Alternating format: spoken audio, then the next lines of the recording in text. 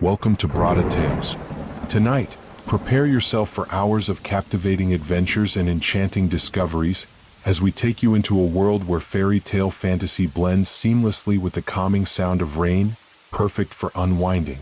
Before you drift off, let us know where you're tuning in from and the time in the comments below. If these stories spark your imagination, remember to like, share, and subscribe. Now settle in, get comfortable, and let your mind wander freely. The camera in the forest park. The journey had begun with the hope of solitude. The protagonist, feeling lost in their daily life, sought a reprieve from the noise of the world, a retreat into the vastness of nature. Montana's national park seemed like the perfect place, untouched, remote, and quiet. The trees stood tall like silent sentinels, their dense canopies casting long shadows over the forest floor. Upon arrival, the protagonist's heart lifted at the sight of the wilderness. This would be their escape, a chance to gather thoughts, write, and reclaim a sense of self. As they ventured deeper into the park, the weight of the outside world seemed to lift, though an undercurrent of unease began to tug at the edges of their awareness. The birds were silent. No rustling of leaves, no animals moving through the brush. Only the faint, rhythmic sound of their own footsteps on the dirt path. The silence was unsettling. Every now and then, a cold breeze would stir the air, but it felt wrong, too cold for a summer day, too still for a breeze. It was as though the forest was holding its breath. There was a sharp contrast between the beauty of the landscape and the unease creeping into the protagonist's mind. The trees seemed to grow darker, denser as they went deeper into the park, creating a canopy that shut out the sunlight. The protagonist paused for a moment, feeling the quiet wrap around them like a suffocating blanket. Their thoughts scattered. The peace they had sought felt unnatural now, almost like the silence was too perfect, too deliberate. The heavy quiet only seemed to accentuate the emptiness. They shrugged off the feeling, deciding to press on further. There was still much to see, but the growing sense of being watched lingered, like a shadow at the edge of their perception. It was then that they saw it, a flicker of light, a glint among the trees. It was brief, but enough to catch their attention. Turning toward it, they saw nothing but more trees and underbrush. But the unease was undeniable. The protagonists continued their hike, trying to push the feeling of unease from their mind. The forest stretched out endlessly before them, each tree and rock seeming to watch with a quiet patience. The deeper they ventured, the more the sense of isolation grew, as if the forest was closing in around them. As they navigated a particularly dense patch of woods, their foot caught on something half buried in the dirt. Stumbling forward, they knelt to examine what had tripped them, a rusted metal object sticking out from the ground. It was an old camera, weathered and worn, its body covered in a thick layer of dust and dirt. It seemed out of place, as though it had been there for years, perhaps decades. The camera was oddly pristine in some ways, the lenses untouched by the muck that coated the rest of its frame. It was a vintage model, the kind they'd only seen in old photographs or forgotten drawers. There was a strange, almost magnetic pull to it. The protagonist wiped away the dirt with their sleeve, their curiosity piqued. There was no reason for this camera to be here, out in the middle of nowhere. The protagonist glanced around, but the forest gave no answers, just the same eerie silence. They felt an odd compulsion to pick it up. It didn't belong in the wild, but something about it felt familiar, like they had been led to it. Without thinking, they slipped the camera into their backpack. There was no clear reason to take it. It was simply an impulse they couldn't explain. As they stood up, they heard the faintest rustle of leaves, as if something had moved just beyond their line of sight. But when they turned, the forest was still. The camera's weight in their bag felt strange, as if it was heavier than it should have been. And yet, with each step forward, the protagonist couldn't shake the feeling that they were being watched by something unseen. They shrugged it off, deciding to continue their hike. But the camera remained, an oddity they couldn't seem to ignore. It was like a door had been opened, though they hadn't stepped through it yet. Back at their cabin, the protagonist set down their pack and pulled the camera out, its old leather strap creaking with a strange finality. The camera seemed even more out of place now, sitting in the quiet cabin, surrounded by the mundane comforts of modern life. They could still feel the weight of its strange pull, like it was trying to tell them something, though they weren't sure if they wanted to listen. They inspected it closely. The camera's body was covered in a layer of dust, but the lens appeared surprisingly clean, almost pristine. There was something about it that didn't match the condition of the rest of the object. The protagonist fiddled with the dials, turning them absent-mindedly until their fingers brushed against a small compartment on the side. It was a film compartment, but it wasn't fully closed. Opening it, the protagonist found an undeveloped roll of film inside. The discovery made their pulse quicken. It didn't seem likely that the camera had been left behind by another hiker. Why would someone leave a roll of film inside it, especially undeveloped film? The more they thought about it, the stranger it seemed. But curiosity won out. The protagonist decided to take the film to a local developing shop in town. There was no harm in seeing what was on it, even if the camera was a strange find. The process of developing the film was uneventful at first, the dull hum of the machine in the darkroom providing a strange comfort as the images slowly emerged.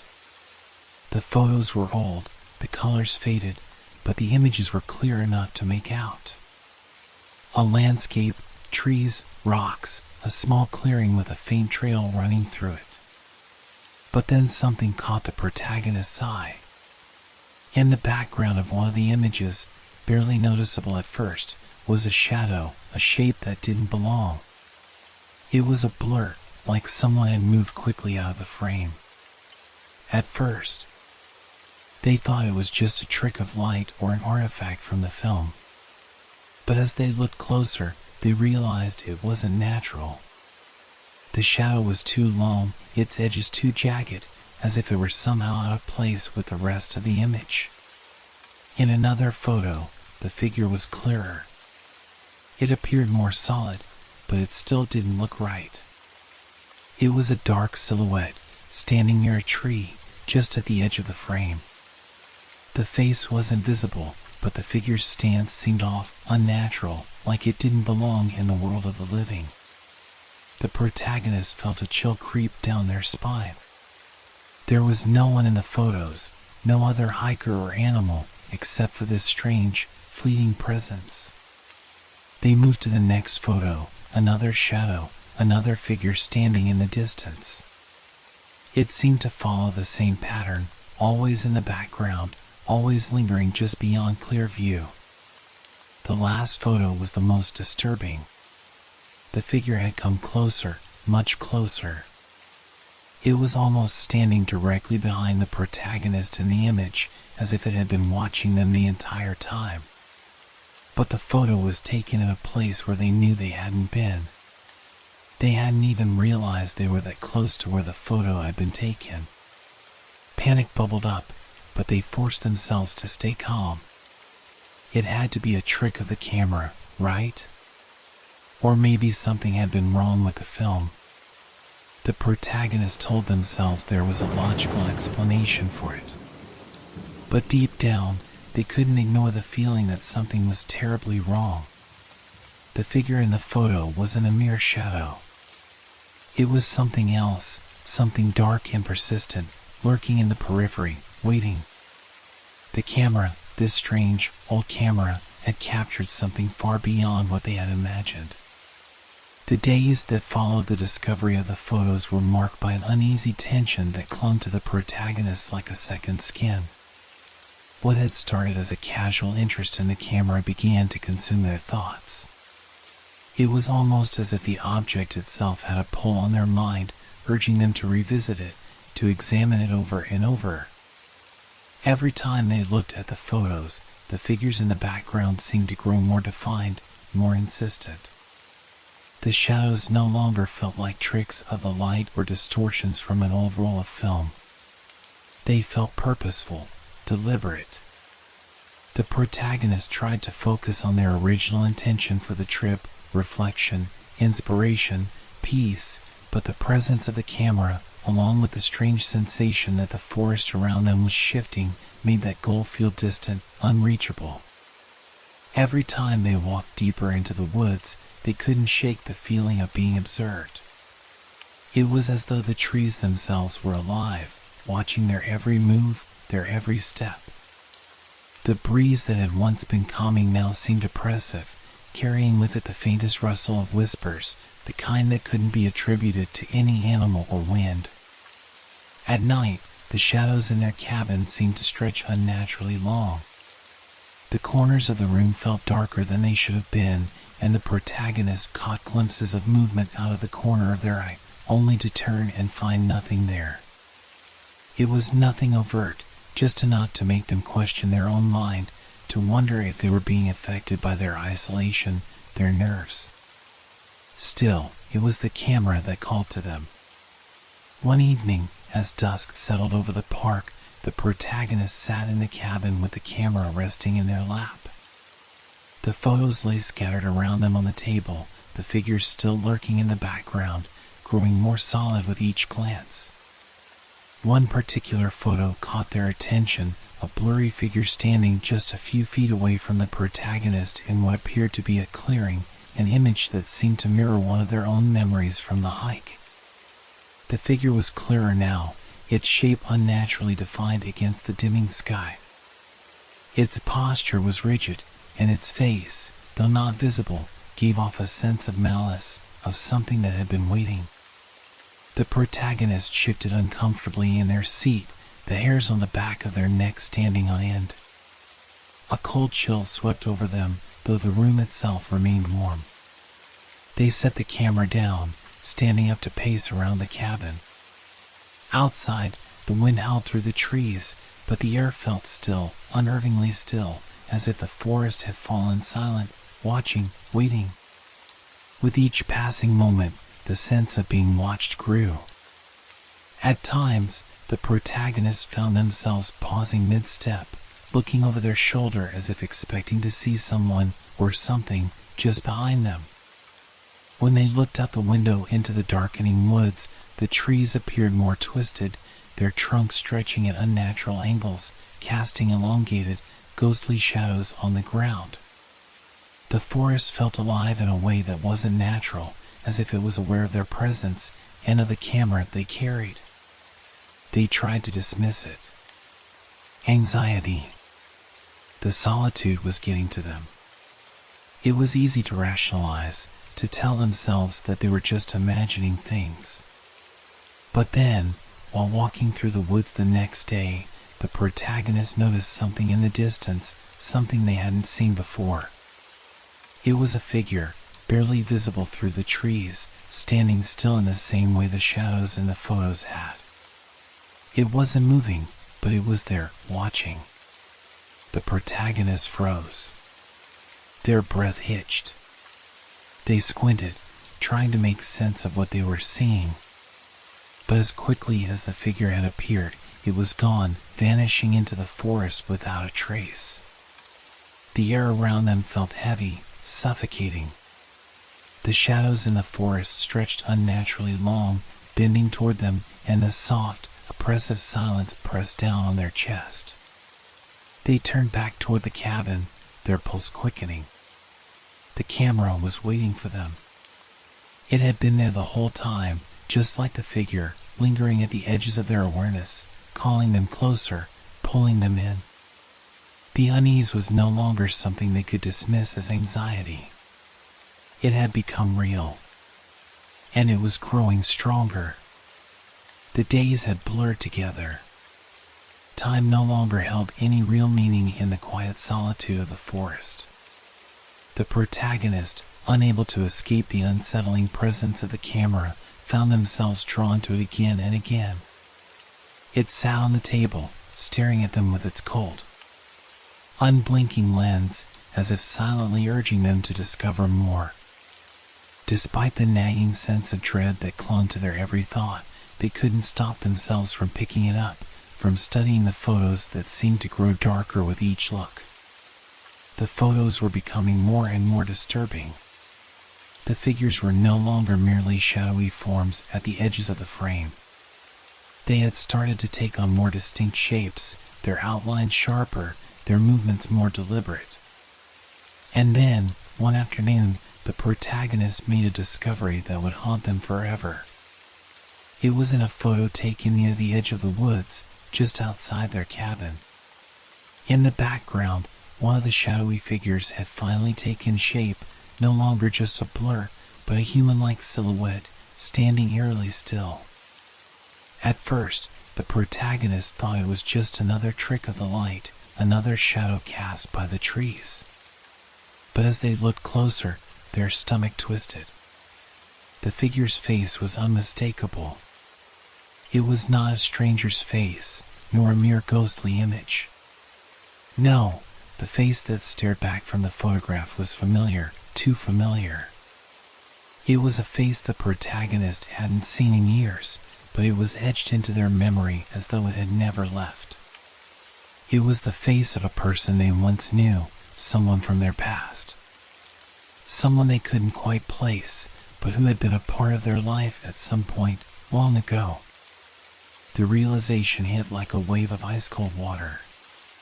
The figure in the photo looked directly at them, its expression vacant, yet unmistakably alive in its malice.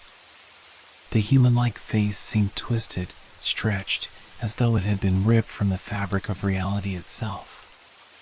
It was a face that carried an indescribable sadness, yet at the same time, a deep, gnawing fury.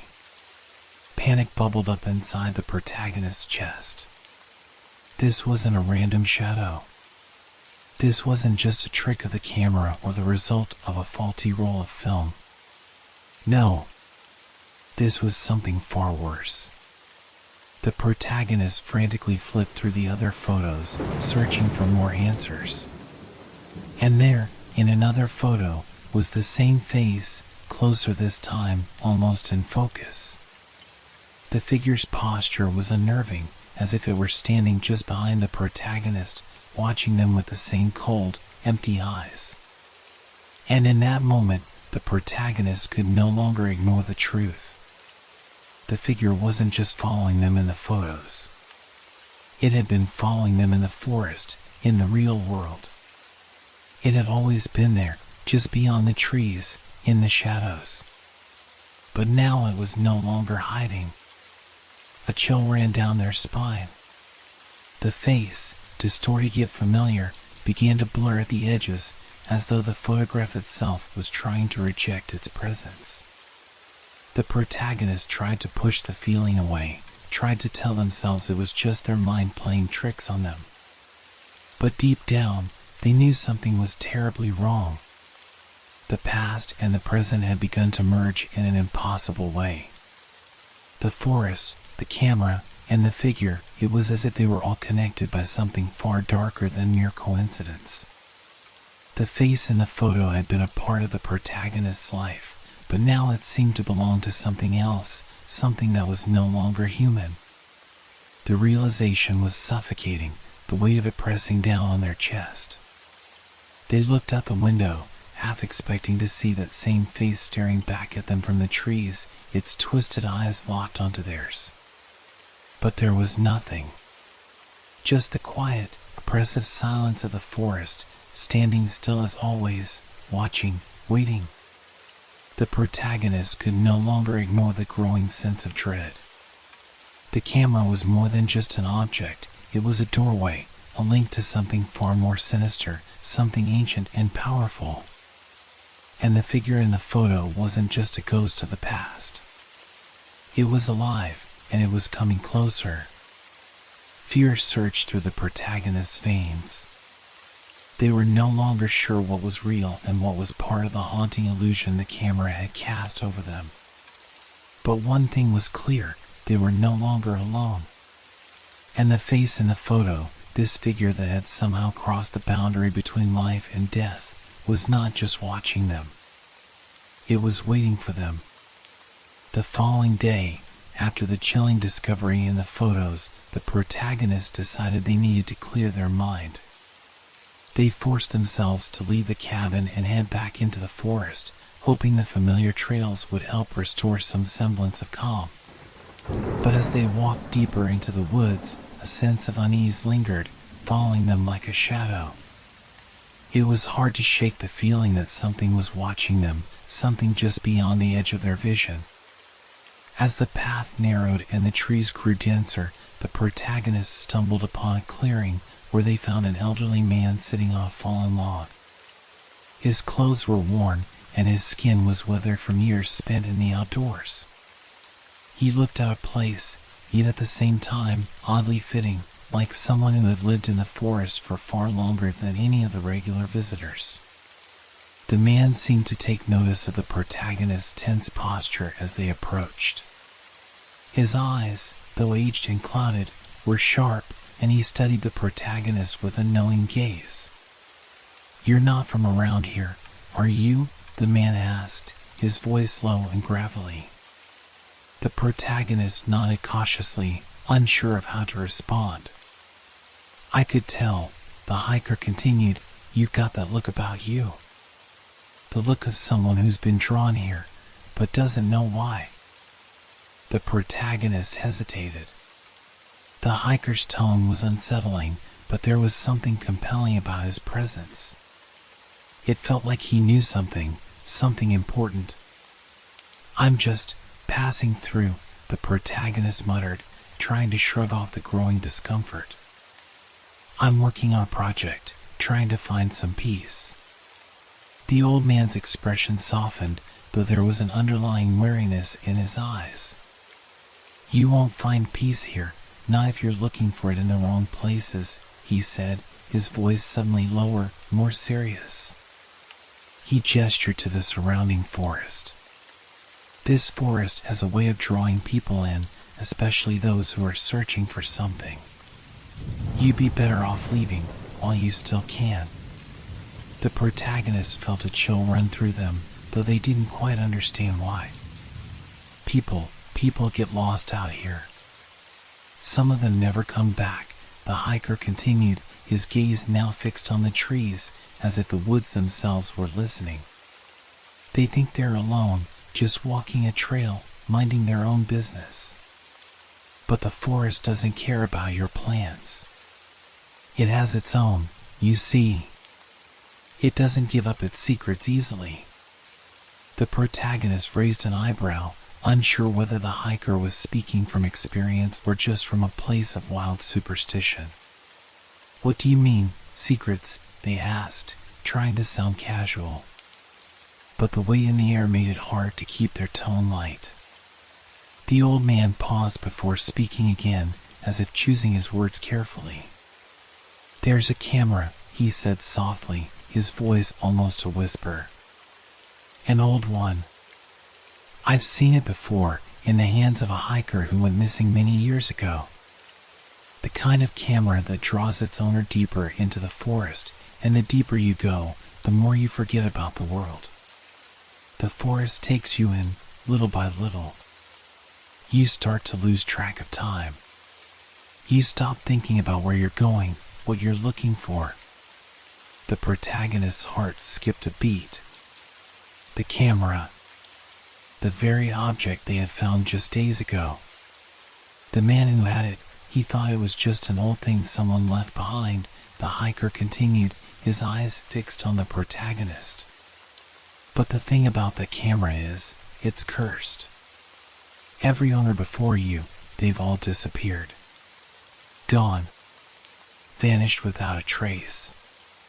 And it's always the same, the camera's the last thing they're seen with, right before they're swallowed up by the forest. The protagonist felt a cold sweat start to form on their neck. Was the old man talking about the same camera? The one they had found? The same camera that had already shown them disturbing images, figures in the shadows, and faces they couldn't place? The face from their past, watching them from the photos? Are you saying the camera is dangerous? The protagonist asked, their voice shaking slightly despite their attempt at calm. The hiker nodded slowly. Not dangerous in the way you're thinking, he said. It doesn't kill you outright. No. It doesn't work that way. But it leads you to something worse. A fate worse than death. It pulls you into the past, into memories you shouldn't be remembering, memories you've buried deep inside. And once it has you, it doesn't let go. Not until you're as lost as those before you. The protagonist's stomach churned. They felt the weight of the man's words pressing down on them like an invisible hand. The hiker's voice became more urgent as he leaned in closer. You must leave, he insisted. If you've already found it, get rid of it. Leave the forest before it's too late. Before it decides you're next. The protagonist stood there for a moment, frozen, unsure of what to do. The old man's warnings echoed in their mind, his words sinking deep. Was it all just superstition? Or was there some truth to what he said? The hiker slowly rose to his feet and gave the protagonist one last, knowing look. Whatever you do, don't let the camera see you, he said, his voice grave. The forest sees you now, and the camera, well, it's not just a camera anymore.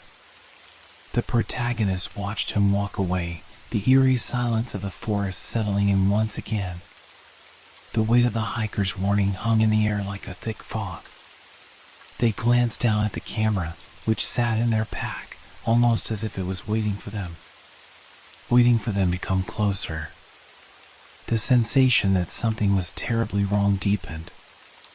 And now, the protagonist couldn't ignore it any longer. The camera wasn't just an object. It was a doorway to something far darker, something that was watching, waiting, and growing closer with each passing moment. The days that followed the encounter with the elderly hiker were a blur of confusion, unease, and a deepening obsession with the camera. Despite the old man's warning, despite the cold fear that gripped their heart, the protagonists couldn't bring themselves to part with it. The camera, with its strange allure, had a pull that was impossible to resist. It seemed to whisper promises of discovery, of secrets hidden within the shadows of the forest. The protagonist began to spend hours alone in the cabin, flipping through the developed photos over and over. Each image seemed to contain more than just a memory. They felt like clues, fragments of something far larger, something sinister. The shadows that had once appeared as distant, vague figures now seemed to draw closer with each new shot. The more they stared at the photos, the more the figures in the background began to shift and morph. The edges of the shadows became sharper, their outlines more defined, as though they were trying to step out of the frame and into the real world. The protagonists couldn't understand it, but they couldn't stop looking. The images became an obsession, each one feeding their growing paranoia. At first, it had been just a feeling, a vague sense that something wasn't right.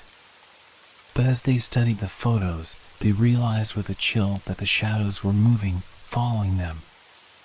In one picture, a shadow loomed in the distance, barely noticeable at the edge of the frame. In the next, it was closer, its shape becoming clearer. And in another, it was so close that it seemed almost to reach for them. The protagonist's heart raced as they flipped through more photos. The figures were everywhere now. They were no longer confined to the background, hiding in the trees or lurking at the edge of the trail. They were closing in, creeping around the protagonist's every step, their forms growing clearer and more defined with every click of the camera's shutter. There was one photo that particularly haunted the protagonist. It showed the cabin, taken from the edge of the woods.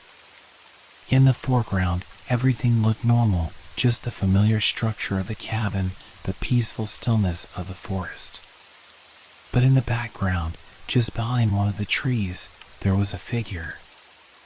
It wasn't fully visible, just a shape in the shadows.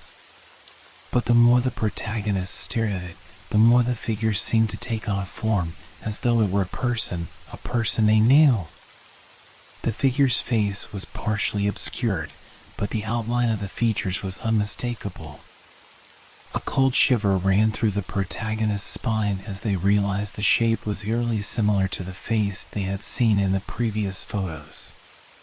The same twisted, hollow eyes that stared back at them, the same unsettling presence. But this time, the figure was standing just outside the cabin, so close they could almost reach out and touch it. The protagonist's hands trembled as they set the photo down, feeling a sick sense of dread in the pit of their stomach. The forest, the camera, it all felt like a trap now, closing in around them. Each photo, each shadow, was another step closer to something they couldn't quite comprehend but could no longer escape. At night, the unease grew worse. Every creak of the cabin's wooden frame, every rustle of leaves in the wind, sent a surge of panic through the protagonist. They would lie awake, staring into the darkness, knowing that the shadows were out there, somewhere, watching them. The forest felt like it was closing in, the trees pressing in on the cabin, the walls growing tighter around them. Unable to sleep, the protagonist took to wandering the cabin, looking at the photos over and over, as if searching for some new detail, some explanation that might put their mind at ease. But every time they looked, the shadows in the pictures seemed to change, to move. And with every change, the protagonist felt the weight of their obsession grow heavier. The camera had taken hold of them, and they couldn't break free. One evening, they ventured into the forest again, camera in hand. The familiar trails no longer seemed welcoming. The trees felt taller, the path more winding. But still, they pressed on, driven by the need to take another photo, to document another piece of whatever dark force seemed to haunt them. The shadows in the pictures had become more than just eerie.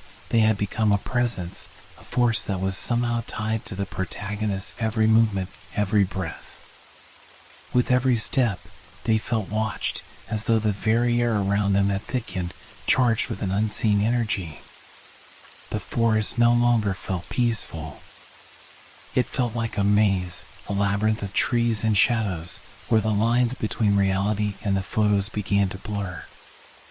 The protagonist paused, lifting the camera to their eye, pointing it at the path ahead. A part of them was terrified, the other part curious, unable to stop themselves from capturing whatever might be hiding just out of sight. The shutter clicked, and for a moment they thought they saw something, just a flicker, a movement in the corner of their eye. But when they checked the camera, the screen was blank. They snapped another photo, more quickly this time. Again, nothing. It was as if the forest itself was resisting the camera, refusing to be captured.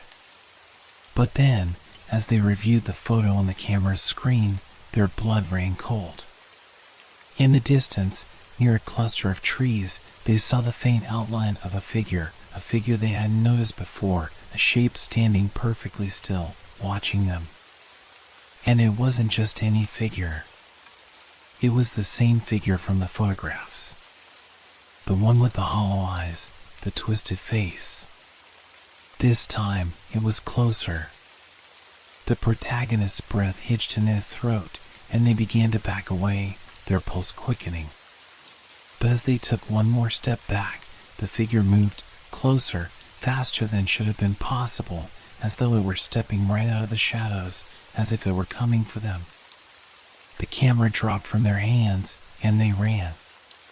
In the days following the terrifying encounter in the forest, the protagonist could think of nothing else. The image of the shadowy figure, growing closer with each click of the camera, haunted their every thought. The camera felt like a weight, an anchor that kept pulling them deeper into a mystery they didn't understand, yet couldn't escape.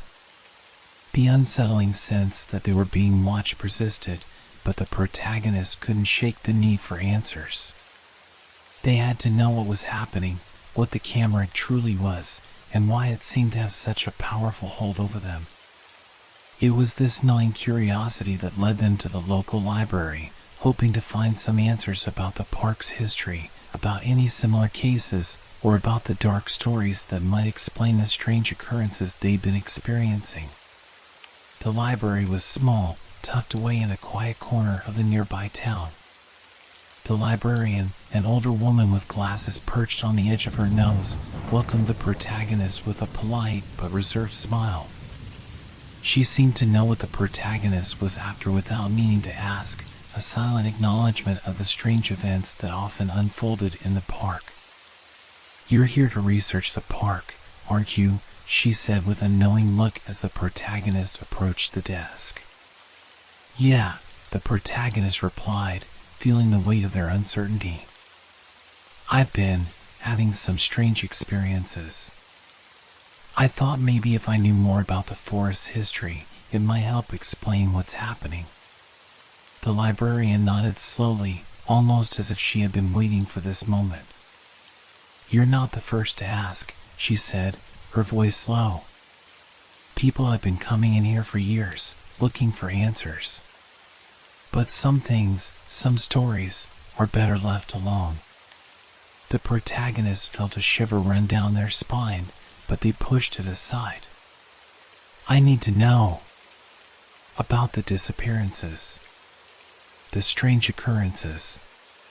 The librarian hesitated for a moment before standing up and leading the protagonist to a dusty shelf in the back corner of the library. The books there were old, their leather bindings cracked with age. She pulled out a thick volume titled Whispers in the Pines, the Dark History of Montana's National Parks. With a grave look in her eyes, she handed it to the protagonist. "Start here," she said softly. "The answers aren't always easy to find." The protagonist sat down at one of the library's quiet tables, flipping through the pages of the book. As they read, a creeping sense of dread took hold. The stories were disjointed at first, fragments of forgotten lives and strange events. But as the protagonists dug deeper, they found a disturbing pattern. The book chronicled the many disappearances that had plagued the park over the years, tourists, hikers, and campers who had simply vanished without a trace. In some cases, the missing people were never found at all. In others, their remains were discovered deep in the woods, far from any known trail, as if they had been drawn into the heart of the forest against their will. But it wasn't just the disappearances that stood out. The stories told of an eerie presence in the park, a ghostly entity said to wander the woods, appearing to those who ventured too far into the forest. Witnesses described seeing shadows that moved independently of the trees, figures that seemed to follow them, and whispers that echoed through the night. There were accounts of strange photographs, similar to the ones the protagonist had seen, taken by previous hikers who claimed to have captured something sinister lurking just beyond the frame. One particular story caught the protagonist's attention, a tale about a man named Samuel Blackwood, a photographer who had traveled to the park in the early 1900s. Blackwood was known for his eerie, surreal photography, often capturing strange shadows and ghostly figures in his images. He, too, had found an old camera during his hike, and it was said to have led him into the deepest part of the woods. His photographs were filled with unnatural shapes, and his last picture, taken just before his disappearance, showed a dark figure looming behind a tree, its face distorted and grotesque. The most chilling part of Blackwood's story was the discovery of his journal, found months later in a nearby cabin. The journal detailed his descent into madness, his belief that the shadows were following him, watching him and that the camera had somehow trapped his soul. In his final entry, he wrote about being hunted by something that was no longer human, a force that had taken hold of him and wouldn't let go. The protagonist's pulse quickened as they read these words, a cold sweat beginning to form on their brow. Blackwood's fate seemed too similar to their own. The camera, the shadows, the eerie presence that felt like it was closing in, could it be possible? Were these disappearances, these stories of ghosts and shadows, somehow tied to the camera? Were they being drawn into something darker than they could comprehend? The librarian returned to check on the protagonist, noticing their tense expression.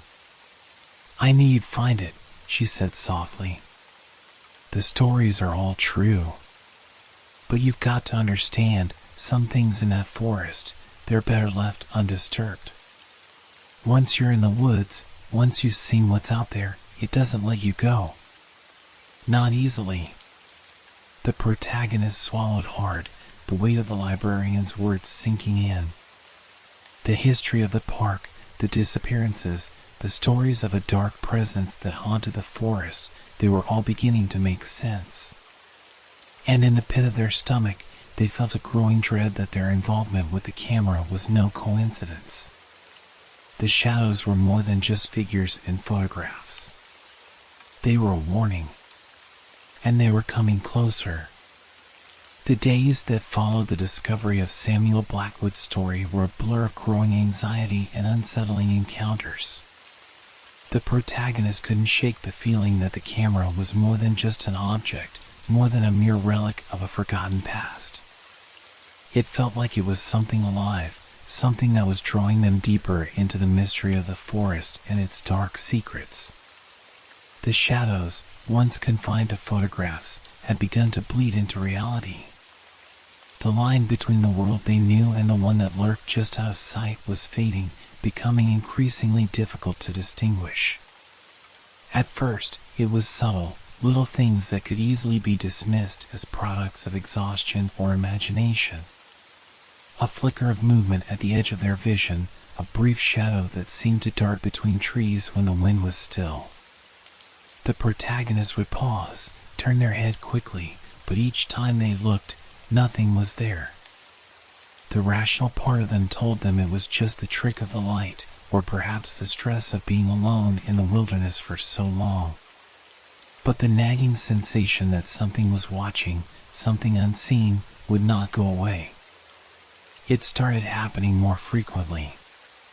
While walking through the park, the protagonist would catch a glimpse of something in their peripheral vision, a dark figure flitting between the trees, a shifting shape that seemed to dissolve into the shadows before they could get a better look. It wasn't just fleeting moments anymore. The figures were there, hovering on the edges of their reality, refusing to be ignored. One morning, while walking along the familiar trail that led to a secluded clearing, the protagonist saw a shadowy figure standing by a large oak tree just ahead on the path. The figure was tall, thin, and almost indistinct, like a wisp of smoke taking form. It was still, watching. The protagonist's heart stopped, and they froze in place, staring at the figure, hoping it was just a trick of the light or the wind. But then, the figure moved. It wasn't a natural movement. It was as if the figure had been waiting, frozen in place until the protagonist noticed it. Then, as if guided by some unseen force, the shadow turned its head slowly toward them. The protagonist's breath caught in their throat. The figure's face was blurred, indistinct, but the outline of it, those hollow, dark eyes, was unmistakable. It was one of the figures from the photographs, the same twisted face they had seen over and over again. The protagonist's legs shook with the weight of fear as they took a step backward, not daring to look away. The figure remained motionless, its eyes locked onto theirs. Suddenly, there was a rustling sound behind them, something in the underbrush moving swiftly. The protagonist whipped around, but the moment they turned back to face the shadow, it was gone. Vanished, as if it had never been there at all. They stood frozen in place for a long time, their minds struggling to reconcile what they had just witnessed with reality. Was it a hallucination? Was the stress of isolation taking its toll on them? The forest was full of life, but it was also full of things that could play tricks on the mind: mists, shadows, the creaking of ancient trees. But the protagonist couldn't shake the feeling that what they had seen was real. And it wasn't the first time. The more they tried to ignore the shadows, the more they appeared, slowly, insidiously, creeping into their line of sight and disappearing just as quickly as they came. The distinction between what was real and what wasn't seemed to blur with each passing day. The familiar trail through the park, the once comforting landscape, had begun to look different, darker, more oppressive, as if the very air around them had thickened. At night, the tension grew even more palpable. The protagonist would lay awake in the cabin, staring into the darkness, listening for sounds of the forest. Every rustle, every distant hoot of an owl, every wind-blown creak of the trees seemed amplified in the silence of the night. The shadows in the corners of the room felt heavier, more oppressive, as if they were pressing in from all sides. There were moments when the protagonist could have sworn they heard footsteps, light and hesitant, just outside the cabin. And when they opened the door, there was never anything there, just the empty, moonlit clearing, the trees standing tall like silent sentinels. The line between what was real and what was a product of their imagination was fading fast.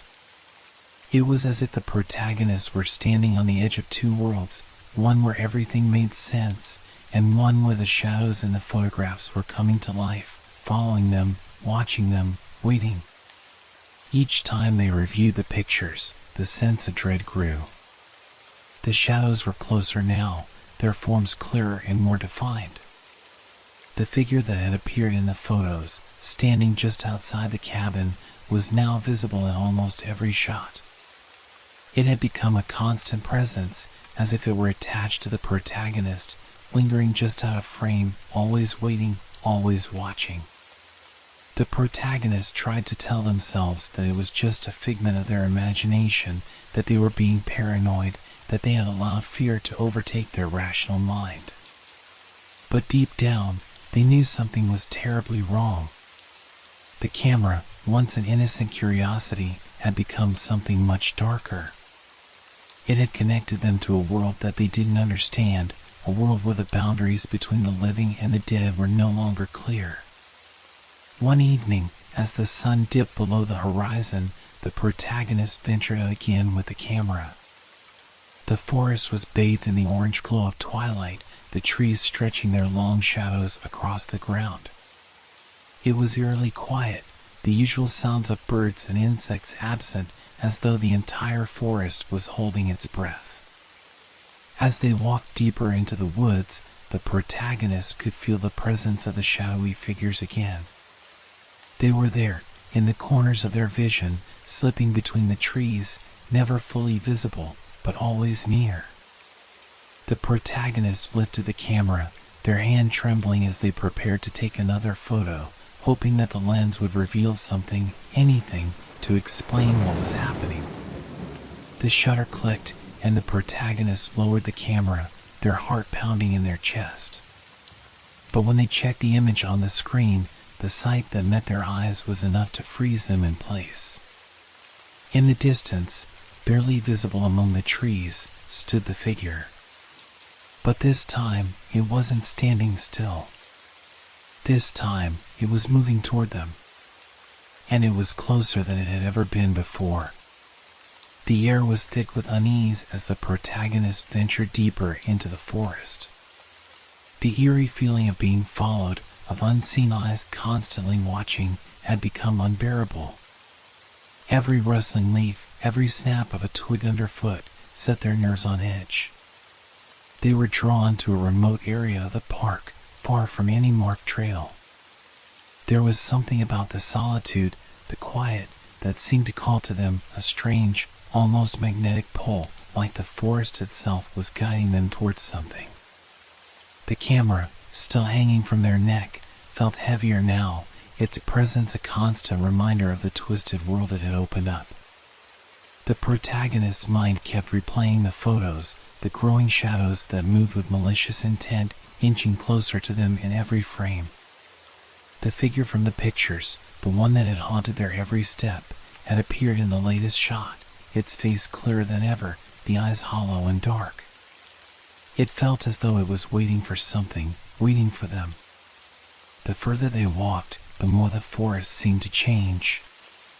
The trees grew taller and denser, blocking out the sunlight, casting everything in an oppressive gloom. The air became colder, the usual hum of life in the woods gone, replaced by a suffocating silence. The path seemed to vanish beneath their feet, and the only sounds were their own footsteps echoing in the stillness. It was then that the protagonist spotted something unusual, a small, weathered cabin nestled between the trees. It looked abandoned, its wooden structure worn and decayed from years of neglect. Something about it felt wrong, as if it had been untouched for far longer than it should have been. The protagonist hesitated, staring at the cabin as if it were some sort of omen, but the overwhelming pull of curiosity drove them forward. They couldn't shake the feeling that something important, something connected to the camera, was waiting inside. The door creaked open with a hesitant push, and the protagonist stepped inside. Dust hung thick in the air, and the smell of decay and mildew filled their nose. The room was dim, the light from the trees outside filtering in through the cracks in the cabin's walls. A small cot sat in the corner, covered in a layer of dust, and an old, half-rotted wooden desk sat against the far wall. But what caught the protagonist's eye was a journal resting atop the desk, its pages yellowed with age, the leather cover cracked and worn. Without thinking, the protagonist walked over and picked it up, feeling the weight of it in their hands. It looked old, older than anything else in the cabin, and there was something about it that felt significant, like it held secrets the forest had long kept hidden. They carefully opened the first page, the brittle paper cracking beneath their fingers as they began to read. The journal belonged to a man named Jonathan Reeves, a hiker who had disappeared from the park many years ago. As the protagonist read, the details of Reeves' experiences mirrored their own in disturbing ways. Reeves had entered the park alone, seeking solace in the wilderness, but quickly found himself drawn to the same strange camera that the protagonist now possessed.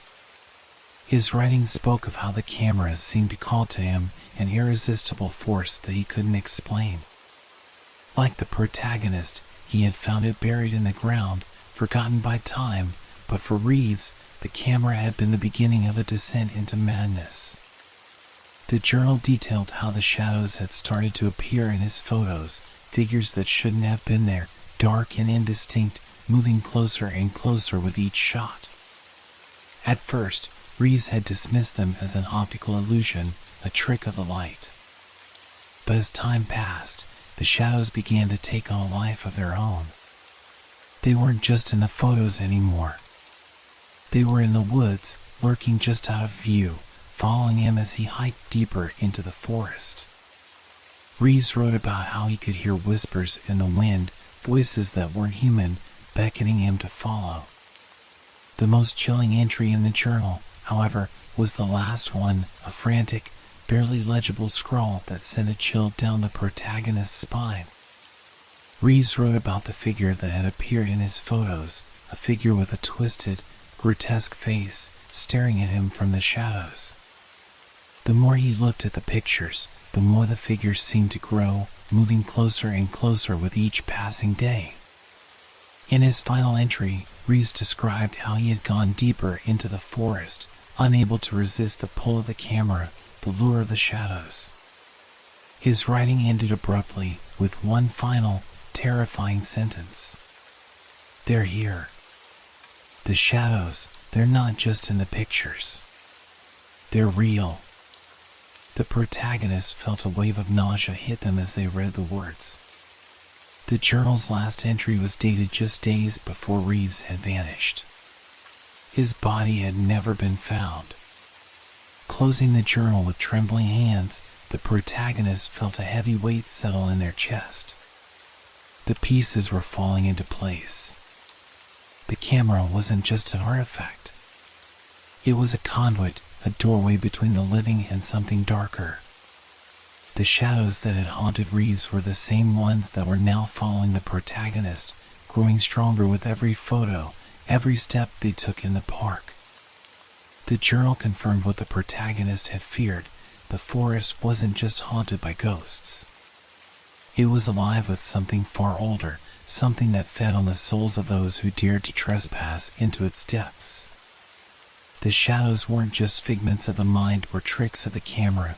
They were real, and they were waiting for the protagonist, just as they had waited for Reeves. With a final glance at the journal, the protagonist knew there was no going back.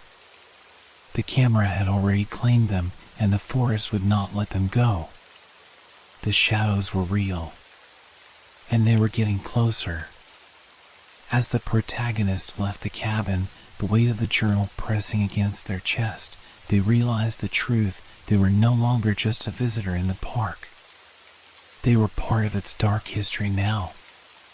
The sun was beginning to dip below the horizon, casting long shadows across the forest floor as the protagonists stood at the edge of the cabin, the weight of the journal heavy in their hands. The sense of unease that had been building since their arrival was now a full-blown panic. They had read the journal's final entry, the haunting words of Jonathan Reeves echoing in their mind. They're not just in the pictures. They're real. As the protagonists turned to leave the cabin and make their way back to the trailhead, they felt something shift in the air, something they couldn't explain, but something that made their skin crawl. The forest, which had felt strangely silent and peaceful when they first arrived, now felt alive, as if it was watching them. The trees loomed taller, their shadows stretching unnaturally long, and the wind whispered through the branches like a warning. The protagonist tried to shake the feeling off, convincing themselves it was just the isolation playing tricks on their mind. They took the first step down the narrow path that had led them to the cabin, but as they moved forward, something didn't feel right. The path ahead seemed wrong. The trees were too close, their branches too dense. The ground beneath their feet, once familiar, now felt foreign, like the forest had shifted, changing itself to trap them. The protagonists stopped in their tracks. They couldn't see the trail anymore. The trees had grown so thick and intertwined that the path ahead was completely obscured, swallowed by the darkening woods. The forest stretched endlessly in every direction, like a maze with no exit. A sense of panic washed over them, but they tried to stay calm. There must be a way out, they thought. Maybe I'm just disoriented. They retraced their steps, trying to backtrack to the cabin.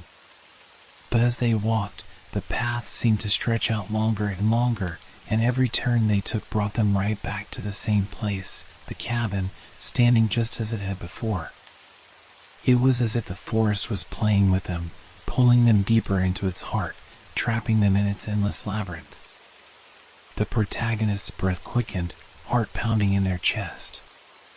They had felt the pull of the camera, the lure of the shadows, but they had never imagined that the forest itself would become a part of the haunting. They spun around, eyes darting from tree to tree, as if expecting something or someone to emerge from the darkness. But there was nothing, only the oppressive silence, the rustling of leaves in the wind, and the sound of their own breath. Then it happened.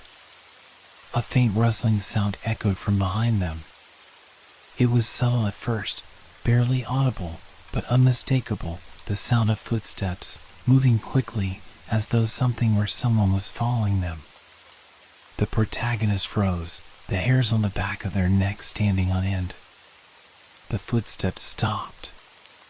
Then, a whisper, carried by the wind, reached their ears. They couldn't make out the words, but the tone was unmistakable, menacing, beckoning. It was as if the forest itself was calling them to stay, to become part of it. The protagonist's pulse raced as they whipped around, trying to catch a glimpse of whatever was lurking just beyond the trees. But the woods remained eerily still, the darkness now thick and impenetrable. The shadows were moving, dancing just outside the edges of their vision, flitting between the trees like ghosts. With every step, the feeling of being watched grew stronger. It wasn't just a sensation now, it was a certainty. The shadows were there, just out of sight, following them with every movement. The protagonist's breath grew shallow, their mind racing to process what was happening. The camera had to be the source. The object that had drawn them here, the thing that had begun the chain of events, was now the tether that kept the shadows tied to them. Frantically, the protagonist turned once again, searching for the way out of the forest, but every path seemed to lead deeper into the woods, as if the forest itself had closed in, trapping them in a prison of trees. No matter which direction they chose, the familiar, haunting whispers grew louder until they felt as if the shadows were right behind them, just a step away. And then, from the corner of their eye, they saw it, just for a moment, a fleeting, dark figure, barely visible through the branches. A face, twisted and hollow, peering out from the shadows. It was the same face that had appeared in the photographs. The one they had thought was just a trick of the camera. But now it was real, materializing before their eyes, a grim reminder that they were no longer alone. The protagonists stumbled backward, their heart pounding in their chest. The face vanished as quickly as it had appeared, but the feeling of dread remained, suffocating them. Every instinct screamed for them to run, to escape the forest, but their legs felt like lead. They couldn't move. The shadows were closing in. The whispers were now all around them, a constant hum that filled their ears and their mind, louder, more insistent, as if the very forest was speaking to them, urging them to give in. They're here. The words from the journal, from Jonathan Reeves, echoed in the protagonist's mind, and for the first time, they truly understood what he had meant. The shadows weren't just figments of the mind, they weren't just reflections in the photographs. They were real. They had followed Reeves, and now they were following the protagonist. And there was nowhere left to run. The forest, once a peaceful refuge, had become a labyrinth of dark whispers and oppressive shadows. As the sun dipped below the horizon, the last remnants of daylight faded, and an eerie twilight settled over the trees. The protagonist, now thoroughly disoriented, was trapped in the grip of the forest's unnatural pull. The shadows, once distant, now felt as though they were closing in, moving in rhythm with their every step. The first real sign of trouble had come with the whispers, soft and fleeting at first, like the rustling of dry leaves, but growing clearer, more distinct, as the night deepened. They seemed to echo from all directions, too far away to pin down, but too close to ignore. A voice, like a breeze slipping through the branches, would whisper a name, a word, just on the edge of comprehension. Sometimes it sounded like their own name, and other times it was a jumble of unintelligible sounds. But each whisper made the protagonist's heart race, a fear crawling up their spine with every syllable. The footsteps followed soon after. They weren't the steady sound of human movement, but something more erratic, like an animal darting through the underbrush. First, the footsteps were faint, a soft crunch of leaves, barely noticeable. But as the protagonist continued to walk, they grew louder, more distinct, as if something, or someone, was closing in on them. The noises swirled around, coming from different directions at once, blending into a chaotic symphony of footsteps, whispers, and the occasional, inexplicable sound of branches snapping under weight. Every time the protagonist looked over their shoulder, there was nothing but the impenetrable dark. The trees loomed like silent sentinels, their trunks stretching up to the sky, their branches swaying in the wind with a rhythm that felt deliberate, almost mocking. There was no sign of the figure they had seen earlier, no shape or movement that could explain the presence of the unsettling noises. But the feeling that they were being hunted was undeniable. The shadows were watching, waiting. With every turn, the forest seemed to grow more oppressive. The air was thick with an almost suffocating humidity, the dampness clinging to their skin as they tried to push through the undergrowth. The once clear path had disappeared, swallowed by the thickening trees and tangled roots. Their breath came faster, shallow and ragged, as panic began to claw at the edges of their thoughts. They knew they had to keep moving, but the sense of being lost, of not knowing which direction to take, was slowly driving them mad. Every so often, they would pause, straining their ears to catch any clue of where they were or where they should go. The sounds of the forest seemed to be alive, breathing with them, each rustle and creak adding to the growing sense of dread. But it was the silence that followed these sounds that unsettled them the most. The forest, which had once been filled with the normal sounds of wildlife, now felt unnervingly quiet whenever the whispers or footsteps stopped. The sudden stillness was worse than the noise itself, like the forest was holding its breath, waiting for something to happen. Time, too, seemed to lose all meaning. What had been mere minutes now felt like hours. The darkness settled deeper around them, suffocating and oppressive. The moonlight that filtered through the thick canopy above seemed dim, almost as if the trees themselves were blocking it out, shrouding the forest in a constant twilight. The protagonists began to stumble, their foot catching on hidden roots and rocks, and they had to fight the urge to collapse, to give in to the exhaustion creeping into their bones. But they knew they couldn't stop. They couldn't rest. The shadows were waiting, and stopping might be the same as inviting them in. Then came the moment that shattered any sense of control. The protagonist had been walking aimlessly, trying to pick a direction, any direction, when they suddenly felt the ground shift beneath them. One step too many, and they found themselves tumbling forward, tripping over a hidden root. They crashed into the forest floor, a sharp pain shooting up their arm as they landed hard against the dirt. Their breath was knocked out of them, and for a moment they lay still, trying to catch their breath, to steady the spinning world around them. When they finally stood, their chests tight with panic, they looked around, only to see that the forest had changed once again.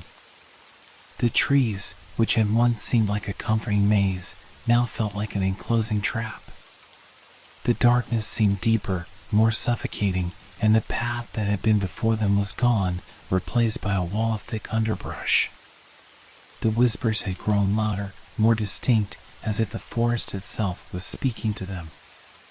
One word rose above the rest, clear and chilling, as though the very trees had begun to form the syllables, "Leave." The voice wasn't human, it was a guttural rasp, something ancient, born from the earth itself. The protagonist's breath caught in their throat. The word repeated, louder now, "Leave." But they couldn't move. The forest had taken root in their mind, the fear wrapping around them like vines, binding them to the ground. They had become part of it, like those before them who had wandered too far and never returned. Suddenly, a figure appeared at the edge of their vision, standing just outside the clearing. It was a shadow, its shape indistinct, but its presence was undeniable. It was the same shadow that had haunted the protagonist in the photos. The same twisted figure that had followed them through the lens of the camera. But now it was real, stepping forward into the dim light, its hollow eyes glowing faintly in the dark. The protagonist's legs trembled, their minds screaming for them to run, to flee, but they couldn't move. The shadows were here, and they were closing in. The whispers rose to a deafening crescendo, and the darkness seemed to press in, swallowing everything whole. They had no way out. The forest had claimed them, and the shadows were here to take their soul. The darkness had settled around the protagonist like a heavy shroud, pressing in from all sides. The air felt thick, almost tangible, as if the very forest was alive and breathing with them. They stood still, their heart hammering in their chest, trying to gather their bearings. But the whispers, the footsteps, the shadows, they were all closing in. No matter where they turned, the feeling of being watched, of being hunted, only grew stronger. They had to get out. They had to escape. But then came the pull. It started as a subtle tug, a faint sensation in the pit of their stomach, something almost imperceptible at first. It wasn't fear, not exactly, but more like an unseen force that was gently urging them to move forward. And yet, in the depths of their mind, they knew it wasn't just the forest, it was the camera. The camera, which had been left forgotten in the backpack, now felt like a weight on their back. The strange sense of urgency that had been building since they found it grew stronger, like an invisible tether was drawing them back to it. The protagonist's hand reached up instinctively, fingers trembling as they fumbled for the strap, pulling the camera from the depths of the bag. It was almost as though the camera was calling to them, beckoning them deeper into the woods. They didn't understand why, didn't know how, but it was undeniable. There was something about the camera, something tied to the very essence of the forest, that was compelling them to return to the very place where they had found it. It wasn't just curiosity anymore. It was a hunger, a need they couldn't explain. The desire to uncover the truth, to understand what was happening, overwhelmed them. They tried to resist. Turning on their heels, the protagonist tried to push forward, hoping to break free from the invisible force that seemed to be pulling them backward. But the forest had changed. The trees were different now, closer, more oppressive. The wind that had once whispered through the leaves now carried a heavy, almost palpable energy. The ground beneath their feet seemed to shift and buckle, as if the very earth was unwilling to let them leave. With every step they took, the sensation of being drawn deeper into the woods intensified. The path seemed to vanish, leaving only the dark wilderness, twisting and turning in impossible ways. The whispers from the shadows grew louder, more insistent, but now they carried a new weight, like an echo, pulling them towards something. They couldn't tell if the whispers were real or a product of their own fear, but the voice became clearer, almost like a chant, pulling them further with each passing moment. The protagonist's hand tightened around the camera, the cold note sending a shock of realization through their body. The camera was alive, in some way. Or, perhaps, it had always been alive. They didn't know when the camera had stopped being an object and had become something far darker, something that reached out to them with a life of its own. The photos they had seen, the figures that had lurked on the edges of the frames, the shadows that had seemed like tricks of light, they weren't just images. They were calls. A part of the forest, a part of whatever haunted this place, was within those photos. The pull was becoming unbearable. The protagonist's mind raced, trying to break free from the trance, but it was like trying to fight against the current of a river pulling them toward a waterfall. The harder they fought, the stronger the pull became. The forest, the camera, the shadows, they were all part of the same thing, and now it was impossible to ignore. Suddenly, the protagonists found themselves at the edge of a clearing. The trees had opened up in front of them, and the air was thick with an almost suffocating silence. It was here, in the heart of the forest, that the pull was strongest, the camera now humming with a strange energy in their hands. They couldn't explain it, but they knew this was where the answers lay. This was where everything had begun, and now it was where it would end. In the center of the clearing, something was waiting. Something that had been there all along, hidden beneath the layers of shadows and whispers. The camera seemed to hum with anticipation, and as the protagonists stepped forward, they felt the weight of the forest settle in around them. The ground beneath their feet felt strange now, solid, yet soft, as if they were walking on something ancient, something alive. A sudden movement caught their eye. From the corner of the clearing, a figure stepped forward, emerging from the trees. It was the same shadowy shape, the same face that had appeared in the photographs, twisted and hollow, its features distorted in the dim light. But now, it was no longer a fleeting presence. It was solid, tangible, real. The protagonist froze, unable to move, unable to scream. The figure stepped closer, its eyes glowing faintly, as if beckoning them forward. It was the same face from the photos, the face that had haunted them since they first developed the film. The same face that had been trapped within the camera's lens, now standing before them, beckoning them deeper into the forest. The protagonist's hand gripped the camera tighter, as if it was the only thing keeping them tethered to the physical world. The shadows had come to life, and they were no longer just a part of the pictures. They were real, and they were here to claim them. The whispers rose again, louder this time, as the figure moved closer, its face twisted into a grotesque grin. The protagonist's mind raced, every instinct screaming for them to run, to get away, to throw the camera and escape. But they couldn't. The camera had a hold on them now, and there was no escape. The figure stood before the protagonist, the faint glow of its eyes casting an eerie light in the oppressive darkness. The forest was silent now, as though holding its breath, waiting for something to happen. The shadows around them seemed to shift, swirling and coalescing into the shape of the figure that had haunted the photos, the same unnatural presence that had been lurking in the corners of every image they had developed. But now, it was no longer a mere shadow on film. It was here, in the flesh, and it was looking directly at them. The protagonist's heart pounded in their chest, each beat reverberating in their ears. Fear gripped them, paralyzing their limbs, but they could not look away. The figure's face was not fully formed, its features distorted, as if made from smoke and darkness, constantly shifting between recognizably human and otherworldly. Its eyes, however, were unmistakable, glowing with a cold, hollow light, like two pits of nothingness that stared into the very core of their being. The silence stretched on, thick and suffocating.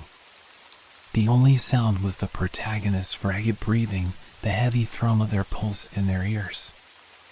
They could feel the camera still clutched in their hands, cold and almost vibrating with energy.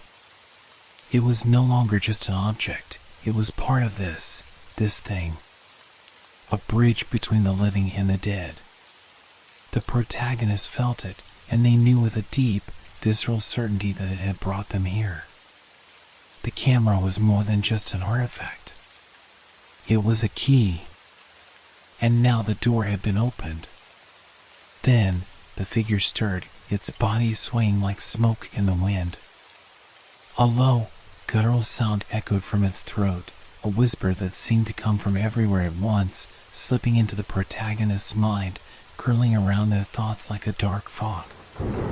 "You should not have come here," it said, its voice like the rustle of dead leaves, ancient and haunting.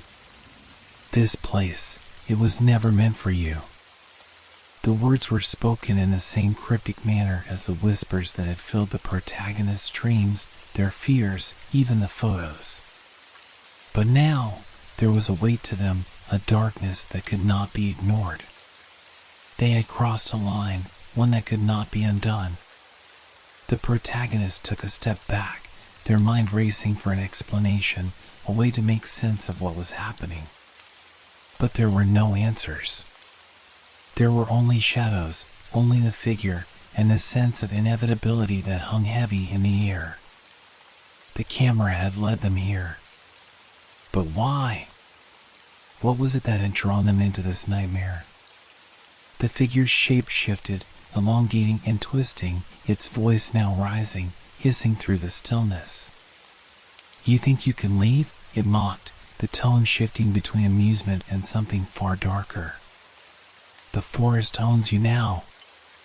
The shadows, they are your friends. And I am the one who has been waiting. You were never meant to escape." The protagonist's grip on the camera tightened, their knuckles white, heart racing with panic. They wanted to scream, to run, to fight. But something inside them knew it was futile. The figure wasn't just a hallucination. It wasn't just a trick of the mind. It was real.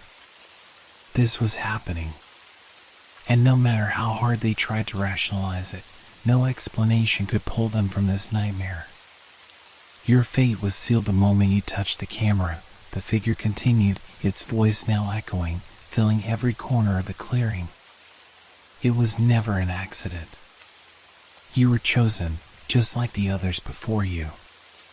The words were a cold chill that seeped into the protagonist's bones, a revelation they had always known deep down but had refused to face. The camera, the cursed object, it had been calling to them. It had led them into the forest, into the waiting arms of this creature. And now, the price would be paid. "No one escapes," the figure whispered, its voice now seeping into the protagonist's mind like poison. "The forest is eternal. And so am I." Suddenly, the shadows around the figure seemed to stretch and shift, as if the very air around them was bending in unnatural ways. The protagonist stumbled back, unable to look away, their breath coming in shallow gasps. There was no escape. They had crossed the point of no return. The forest, the camera, the shadowy figure, they were all intertwined, and there was no way out. The figure stepped closer, its form blurring, morphing into a mass of shadows and shifting faces. The protagonist's pulse quickened, their thoughts spinning wildly. There had to be a way to escape, to break free from this nightmare. But deep down, they knew it was too late. The camera had already chosen them. They were already a part of this forest, a part of the darkness that had claimed so many before them. "You cannot outrun your fate," the figure hissed, the shadows closing in around the protagonist. "You are mine now." The world around them seemed to bend, warping and distorting, the trees warping into dark, twisted shapes, the air thick with a heavy, oppressive force. The figure's voice rose in a final, haunting wail as the shadows closed in, swallowing everything in their path. And then, the darkness took them. The darkness pressed in tighter, the air thick with the oppressive weight of the forest. The figure, now a swirling mass of shadows and distorted faces, loomed closer, its presence suffocating. The protagonist's breath came in frantic gasps, heart racing as they stumbled backward. The whispers had intensified, surrounding them like a storm, deafening, maddening, as if the very air was filled with the voices of the lost. The camera, its cold, metallic weight was the only thing that anchored them in this twisted reality. Their fingers clutched it desperately, feeling the vibrations emanating from the device. It pulsed in their hand, like a living thing, responding to the shadows, the presence of the figure. They had tried to escape. They had fought it, tried to outrun the terror that had chased them since they first found the camera, but now they knew the truth. The whispers grew louder, almost as if the forest itself was speaking directly to them, cutting through their thoughts. "You were always meant to be here. You are part of the story now." A cold realization gripped the protagonist. The camera wasn't just an object, it was the key to something far darker. The pull they had felt, the haunting presence that had followed them, had not been random. The forest, the shadows, the figure, they were all part of a curse. And the camera had been its instrument, its conduit. As the figure stepped closer, its twisted face finally becoming clear, familiar, but wrong. The protagonist's mind reeled back to the moment they had first seen the camera. The hiker who had warned them, the strange stories of missing people. It wasn't just superstition. It wasn't just a haunted forest. The camera had claimed those lost souls, trapped them, forced them to relive their terror for eternity. It was the camera, and it was always hungry. The shadows seemed to shift, forming a new image, a figure emerging from the darkness. The face was contorted, wrinkled with age, yet somehow familiar. It took the protagonist a moment to realize it was the same face as in the photographs. The same face that had haunted them since the first picture was developed, a ghostly visage lurking in the corners, hidden in the shadows. But now, it was no longer a mere image. It was real, solidifying into a figure before them. The figure spoke again, its voice distant and hollow. "You see it now, don't you?" The voice was soft but carried an undeniable authority, as if it were the very soul of the forest speaking. "The camera, it is mine. It has always been mine. And now, it is yours." The figure's form flickered, becoming less substantial, more spectral, as though it were fading in and out of existence. The protagonist could feel it now, the coldness creeping into their bones, the weight of its truth bearing down on them. The forest itself seemed to close in, as though it had become a part of the figure, a manifestation of its will. "You are not the first," the figure continued, its voice now a bitter whisper. "Many before you have taken the camera, lured by its strange allure. They thought they could use it. They thought they could leave. But they, too, are trapped. Trapped in the cycle, the endless loop."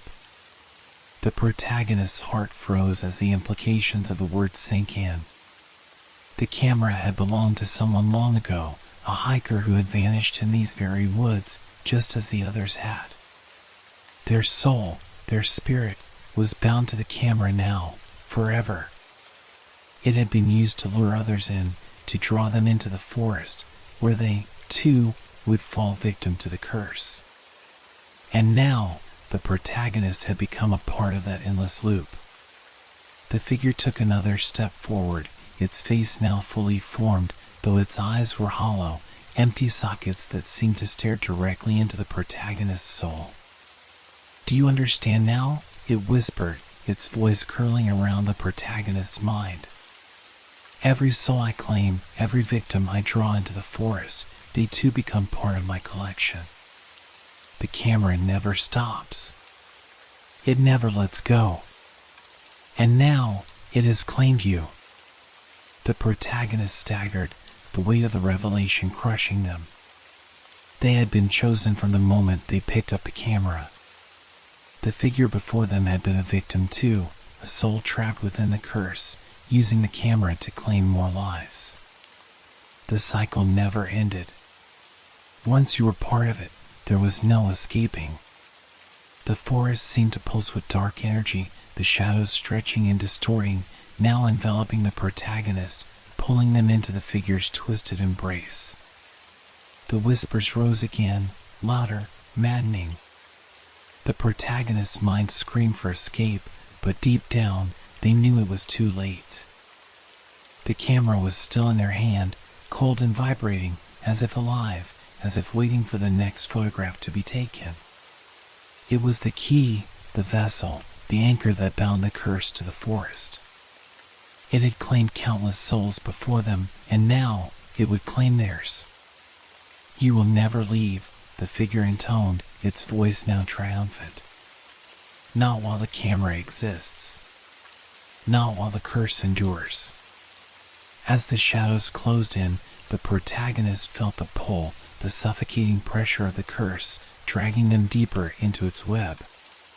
The forest seemed to fade into nothingness, the world around them becoming an endless void, as if they were being swallowed by the very earth.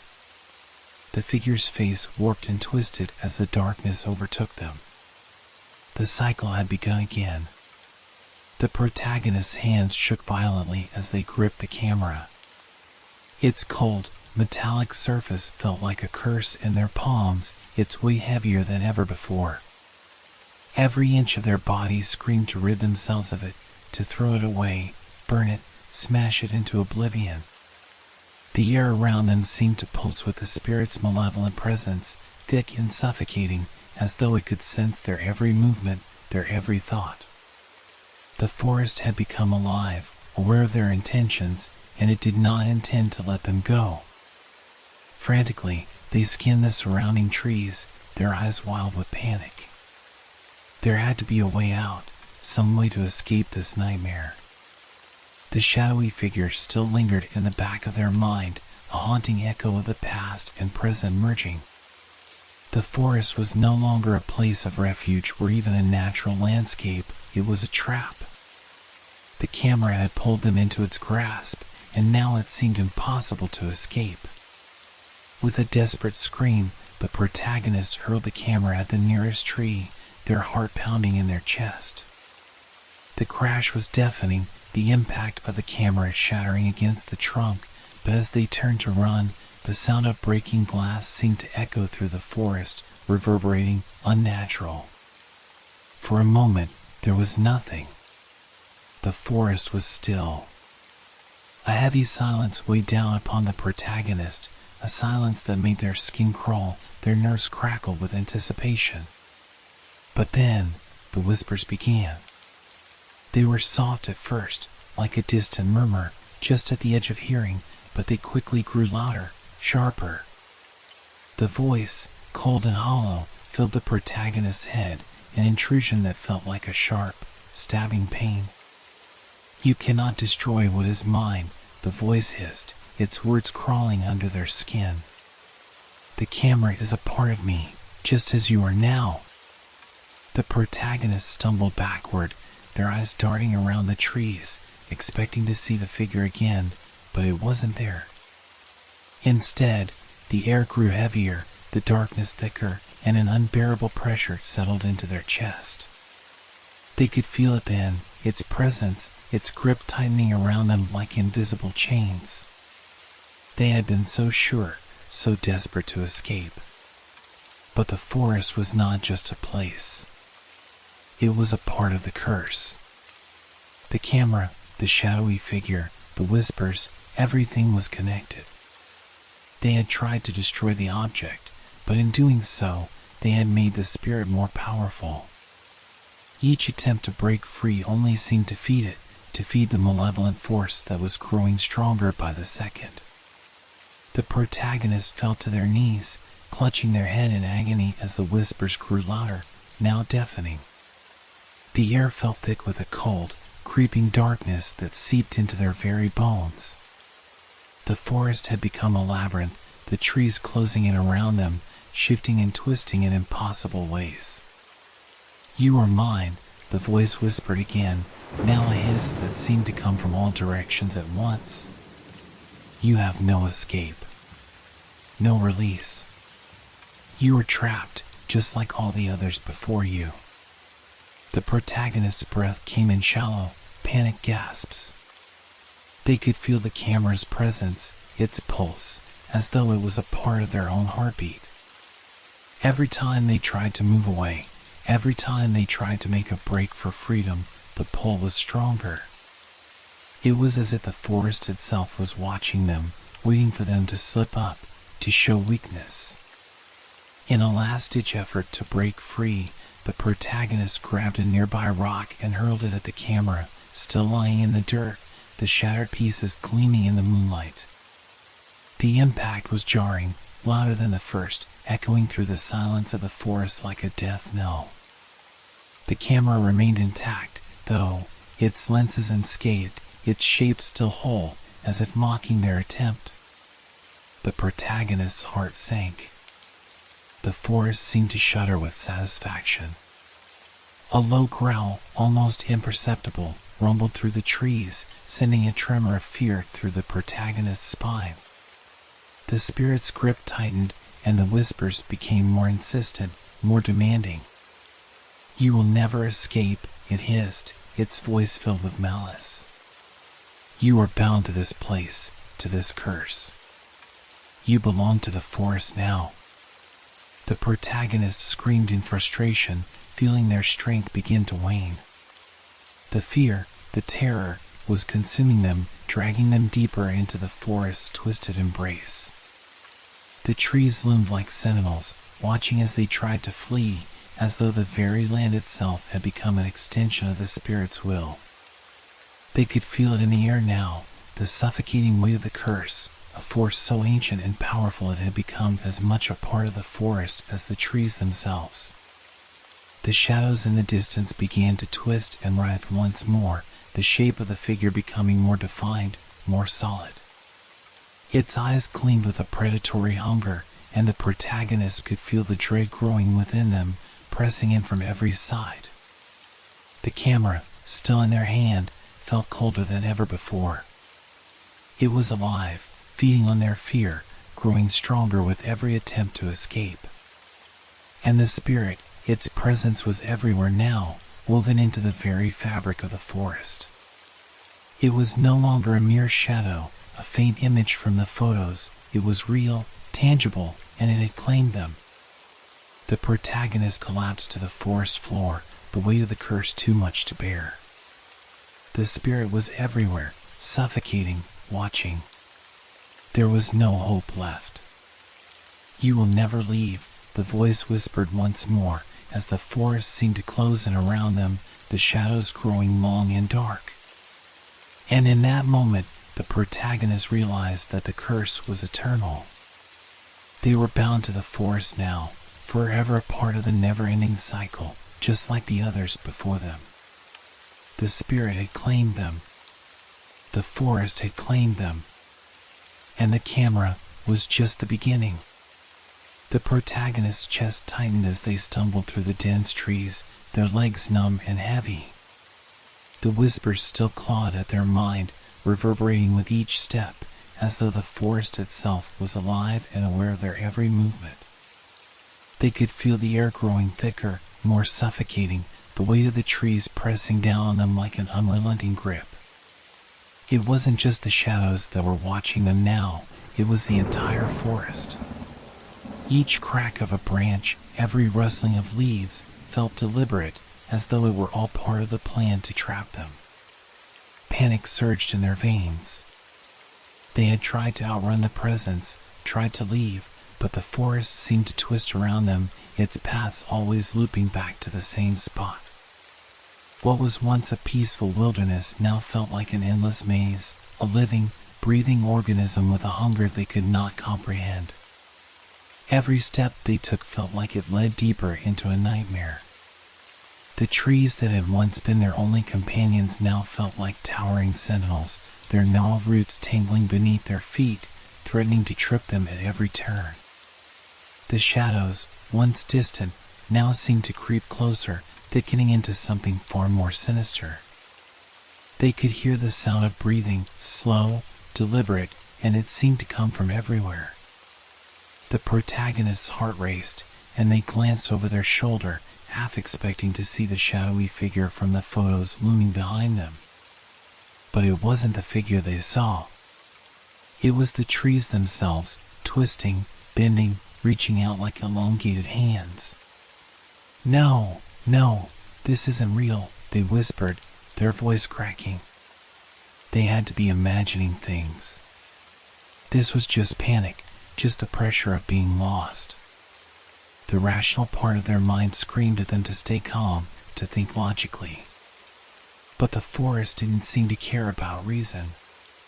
It had its own rhythm now, its own pulse. It felt as though it were watching them, waiting for them to make a mistake, to show fear. And the more they fought it, the stronger it grew.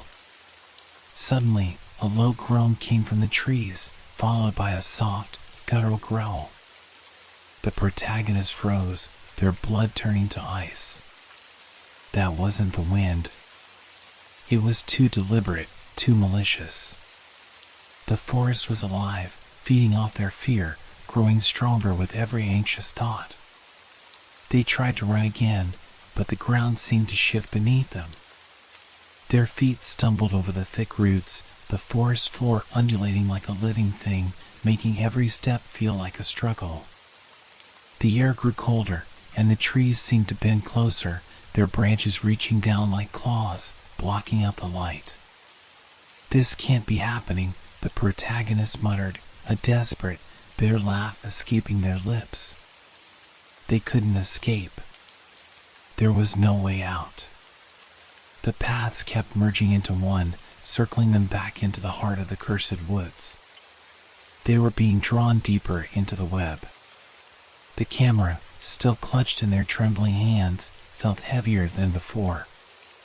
Every time they tried to put it down, it seemed to pull them back.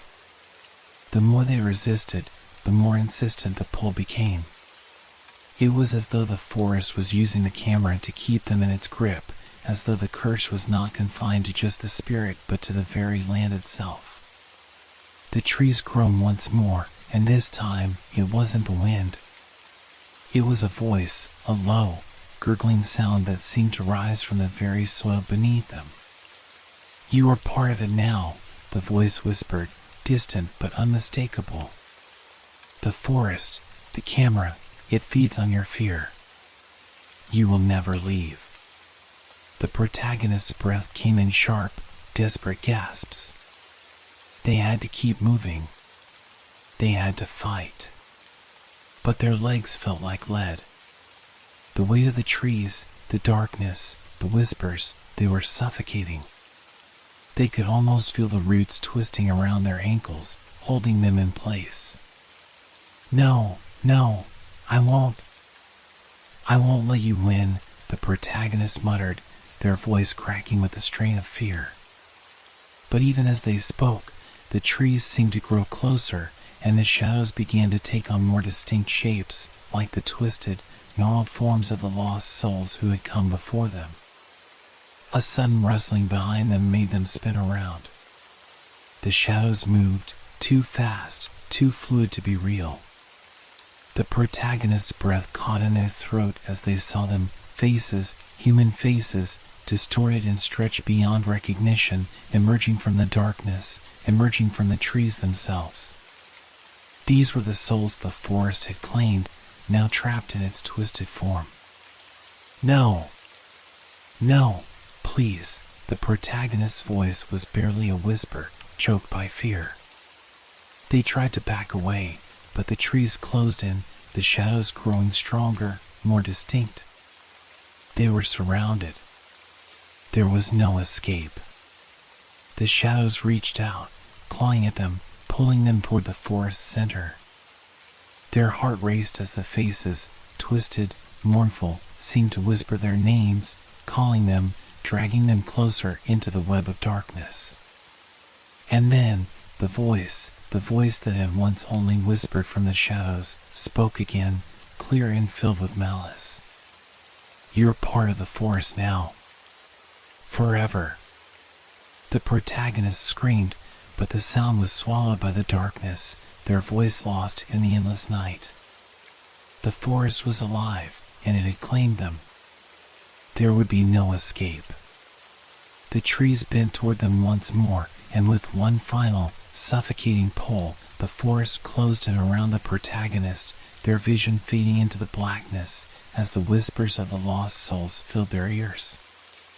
The deeper the protagonist ventured into the forest, the more the line between the real world and the supernatural blurred. The trees had grown denser, the air thicker with a sense of suffocating dread. It was as if the forest itself was alive, its presence pressing in from all sides, and with each step they took, the oppressive weight grew heavier. They could still feel the pull of the camera in their hands. Each step it drew them forward, deeper into the heart of the woods, where the curse seemed to thrive. But it wasn't just the trees or the shadows that haunted them anymore. As the silence thickened, strange figures began to appear from the corners of their vision. At first, they thought it was the wind or their imagination playing tricks, but the faces, pale, drawn, and hollow-eyed, kept appearing, flickering in and out of view like ghostly remnants of the past. The first face they saw was a young man, disheveled and staring into the distance, as if lost. His eyes locked with the protagonist's, and in that instant, a cold shiver ran down their spine. The man's mouth moved, though no sound came. His expression was one of silent pleading, and for a fleeting moment, the protagonist thought they saw a reflection of their own terror in his eyes. They blinked, and the man was gone, vanished into the shadows, leaving only the fading echo of his presence. But that wasn't the only face. No, the forest seemed to be full of them. One by one, more figures appeared, each more distinct than the last. A woman, her hair tangled and wild, her eyes wide with fear. An elderly man, bent over as though weighed down by something unseen. The faces flickered, each bearing an expression of dread that seemed to match the growing terror in the protagonist's chest. They were all trapped, all victims of the same curse that had claimed them. And now, they were here, in the forest, haunting those who ventured too far. The faces weren't just reflections of the past, they were reflections of what was to come. As the protagonists stumbled through the dense underbrush, their footsteps faltering, the faces began to speak, their voices low and distorted, like whispers carried on the wind. "Turn back," one whispered, its voice ragged and breathless. "You can't escape." "No hope," another murmured, its tone hollow and distant. "The forest never lets you leave." The protagonist's heart pounded in their chest as the faces continued to appear and vanish, each encounter a cruel reminder that they weren't alone in the woods. These spirits were trapped, just like them, trapped in a never-ending cycle of torment. Their faces were twisted in fear, just as the protagonists would be if they didn't find a way out. They tried to shake off the visions, pushing forward, but the faces persisted, their distorted features flickering before them, urging them to turn back, to escape the fate that had claimed so many others before them. A wave of panic surged through the protagonist as they realized the horrible truth. These weren't just random spirits. They were the lost hikers, the ones who had come before, drawn into the forest by the same cursed camera, the same invisible force that now had them in its grip. They were all trapped in the forest, their souls caught in an eternal loop, bound to the darkness forever. With each new face, the protagonists could feel their own terror deepening. The growing dread in their chests became unbearable as they recognized something in the faces staring back at them, their own fear reflected back in the hollow eyes of the lost souls. Their hearts beat faster, their breaths growing ragged as the forest seemed to close in on them, the faces growing clearer, more vivid. They could feel the presence of the spirits now, surrounding them, following them, their whispers echoing in the protagonist's mind, growing louder with every step. The forest itself seemed to breathe with them, and every breath was filled with the terrifying knowledge that they, too, were becoming part of the forest, becoming one of the faces that would haunt the next lost traveler.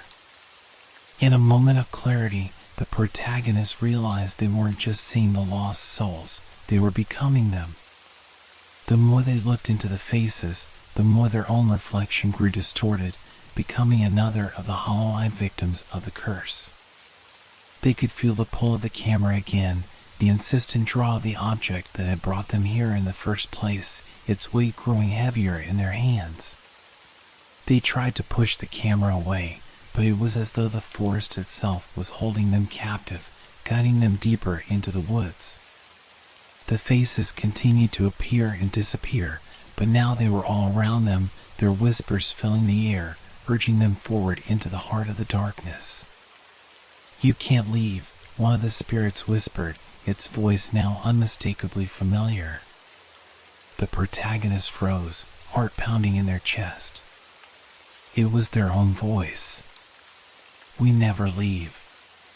And as the faces of the lost hikers blurred into one, the protagonists realized the terrible truth. They were already becoming a part of the forest, just another face among the endless parade of souls who had been claimed by its curse. The forest was no longer just a place, it was a living, breathing entity, a sentient being that thrived on fear, that whispered in the wind and pressed against the skin, suffocating any sense of hope or reason. The deeper the protagonists ventured, the less they recognized themselves. The boundaries between the physical world and the twisted, unnatural reality of the forest blurred. Their thoughts grew fragmented, scattered like broken pieces of a puzzle they could no longer solve. At first, the protagonists fought to retain their sense of self. They tried to hold on to memories, to the feeling of being human, of being alive outside the suffocating grasp of the forest. But the more they struggled, the more the forest pushed back, as if the very air itself was conspiring against them, pulling them deeper into the suffocating web of shadows. Every step they took felt like it was being guided by an invisible hand. The trees seemed to shift around them, the path they had taken vanishing as if it had never existed. There were no landmarks, no sense of direction, just endless, twisting corridors of darkened foliage, thick with the scent of decay and dampness. The weight of the camera in their hand became unbearable, its presence like a dark anchor tethering them to the forest, keeping them from escaping. And the whispers, those maddening whispers, how they multiplied with each passing moment. They came from the trees, the ground, the very air that surrounded them. The protagonist could no longer tell if they were real or imagined. Every rustling of leaves, every snap of twigs underfoot seemed like a voice calling out to them, urging them to surrender, to give in to the inevitable. "You're already lost," a whisper would say, and the protagonist would feel it resonate deep inside, as though it were a truth they had always known, a truth they were only now willing to admit. Another whisper would follow, "You can't outrun it." Not anymore. The camera felt heavier now, as if it had grown in weight with the passage of time. Its lens seemed to pulse with a life of its own, glowing faintly in the dim light that barely filtered through the thick canopy above. The protagonist's hand trembled as they held it, but they couldn't bring themselves to put it down. It was as though the camera itself had become an extension of their body, as though it was the only thing still tethering them to reality, even as their grip on that reality slipped away. Each face that had appeared from the shadows now swirled together in a chaotic, nightmarish blur, their voices blending into a single cacophony of despair. The protagonist could hear their own voice, now indistinguishable from the others, rising among them, pleading, begging for release, for an end to the torment. "Let go," the voices whispered in unison, and the protagonist's legs buckled beneath them. They fell to the forest floor, a thick layer of leaves and dirt crunching under their weight. It was then that the full weight of their situation hit them. The realization flooded over them like a cold wave. They weren't escaping. Not now. Not ever. The forest had claimed them, just as it had claimed so many others before. They were no longer visitors. They were prisoners. The very essence of who they were was being devoured by the entity that inhabited the woods, their identity dissolving into the dark, formless void of fear and hopelessness. Time had lost all meaning. The protagonist no longer cared about the passage of hours or days. The camera had become their only anchor, the only thing they could still recognize as real. But even that was fading. They could no longer remember the last time they had seen the sun, or even if it had ever been there. The faces, the lost souls, had become their companions, walking alongside them in the shadows, whispering the same truths they were now beginning to accept. "We never leave," the spirits whispered, their voices so close that the protagonist could feel the chill of their breath against their skin. "Give in," another spirit said, and this time it wasn't a whisper, it was a command. A surrender. And the protagonist felt the dark weight of it. The forest had already taken their sense of self, their mind unraveling like thread being pulled from a spool. It was easier now to let go, to stop fighting, to let the forest swallow them whole. There was no escape. There never had been. They dropped the camera to the ground. Its lens seemed to flicker once, as if acknowledging their surrender. The shadows that had been lurking in the corners of their mind now took shape, figures, faces, and limbs emerging from the darkness, surrounding the protagonist in an oppressive, suffocating circle. The forest was alive with them, with the spirits, with the entity that had claimed all who had wandered too far into its grasp. The protagonists closed their eyes. The voices of the lost hikers faded into a soft, haunting lullaby, like the wind through the trees. They stopped struggling. They stopped fighting. It was easier now to let it all go, to succumb to the inevitable. In the suffocating silence that followed, they understood the forest had won. It always had. The darkness had fully embraced the protagonist, and yet there was still a flicker of defiance. A last, desperate spark of resistance. Even as the shadows closed in, even as the forest seemed to wrap its tendrils around their mind and soul, the protagonist knew that they could not remain passive. They had to fight. They had to destroy the camera. But as they tried, the forest fought back. It wasn't just the ground beneath their feet that seemed to shift with every step they took. It was the very essence of the forest itself, the trees, the wind, the soil. It was as if the whole place had become sentient, aware of their every movement, their every thought. Each time the protagonist attempted to discard the cursed object, to break it, it slipped from their hands or vanished from sight. When they tried to throw it away, the trees would reach out, their branches like dark claws, pulling the camera back into the folds of the forest. With every failure, the forest's grip tightened.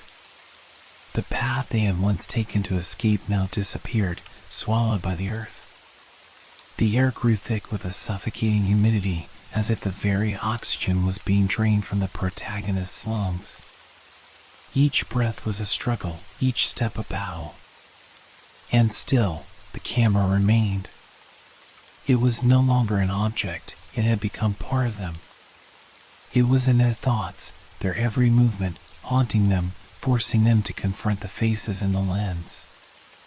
Every picture had captured their descent into madness, each shadow now reflecting the darkness growing within them. The faces of lost hikers, of people who had fallen into the same trap, now seemed to smirk, mocking them. There was no escape, no reprieve. The protagonist's hands shook as they held the camera up to their eyes once more. Through the lens, they saw themselves, their own face distorted and pale, surrounded by the growing shadows. The forest seemed to reach out, trying to pull them into the photos, to absorb them fully into the spectral world behind the lens. "Why won't you let go?" they whispered to themselves, their voice trembling in the cold air. But there was no answer, only the oppressive silence of the woods, broken only by the rustling of unseen figures in the darkness. A distant, mocking laughter echoed around them. It was familiar now, unnervingly so. The protagonist had heard it before, in the whispers of the trees, in the rustling of the leaves. It was the sound of resignation, the sound of souls long lost to the forest. In that moment, the protagonist realized the brutal truth. The forest wasn't just a place, it was an entity. It wasn't just feeding on their fear, it was feeding on them, consuming their essence piece by piece. Every step they took, every attempt to escape, only strengthened the forest's hold over them. The forest had already claimed them.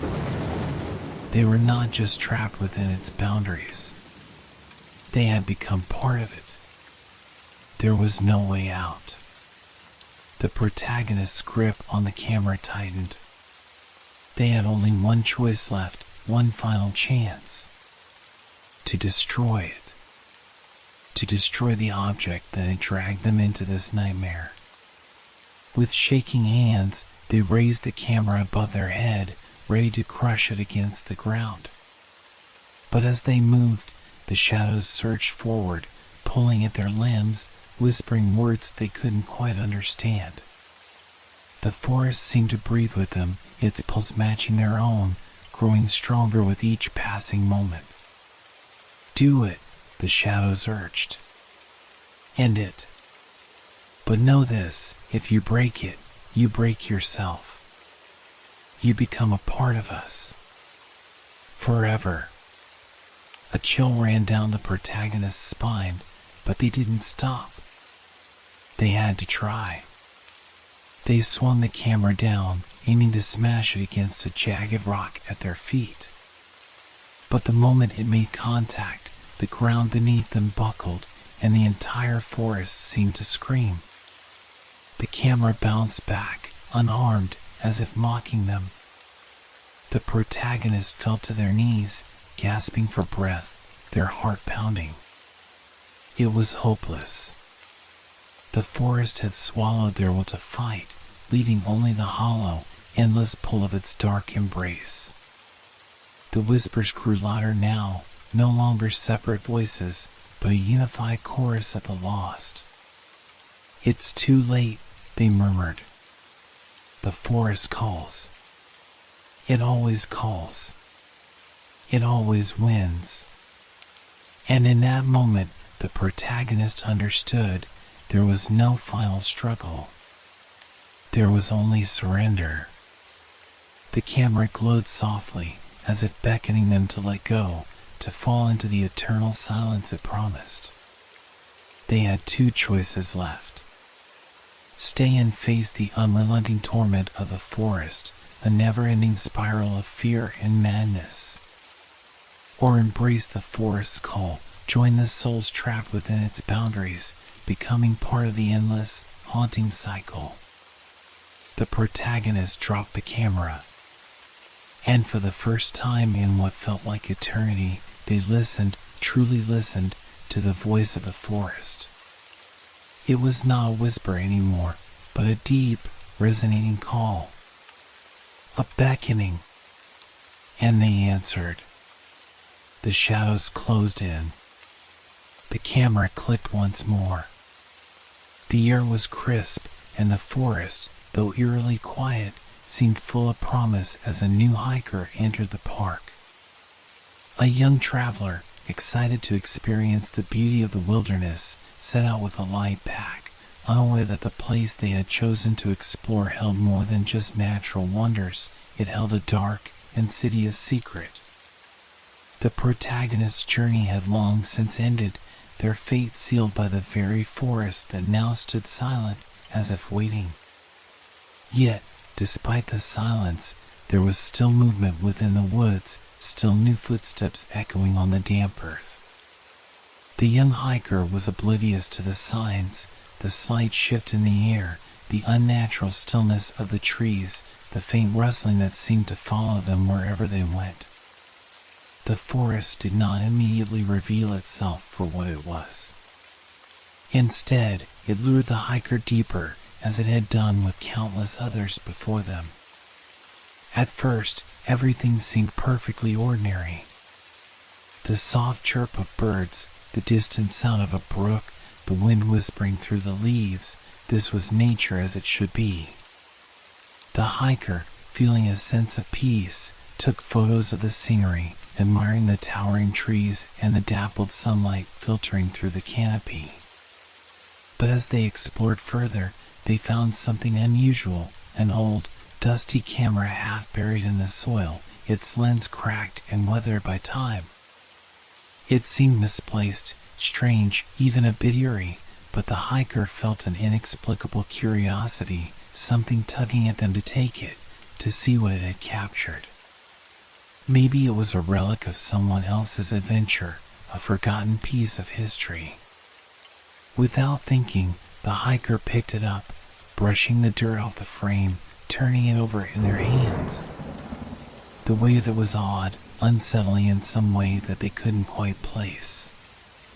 But with a shrug, they pocketed the camera and continued their hike, not knowing that they had just picked up something far more dangerous than a forgotten tool of a past adventurer. As they continued along the trail, the forest began to feel different.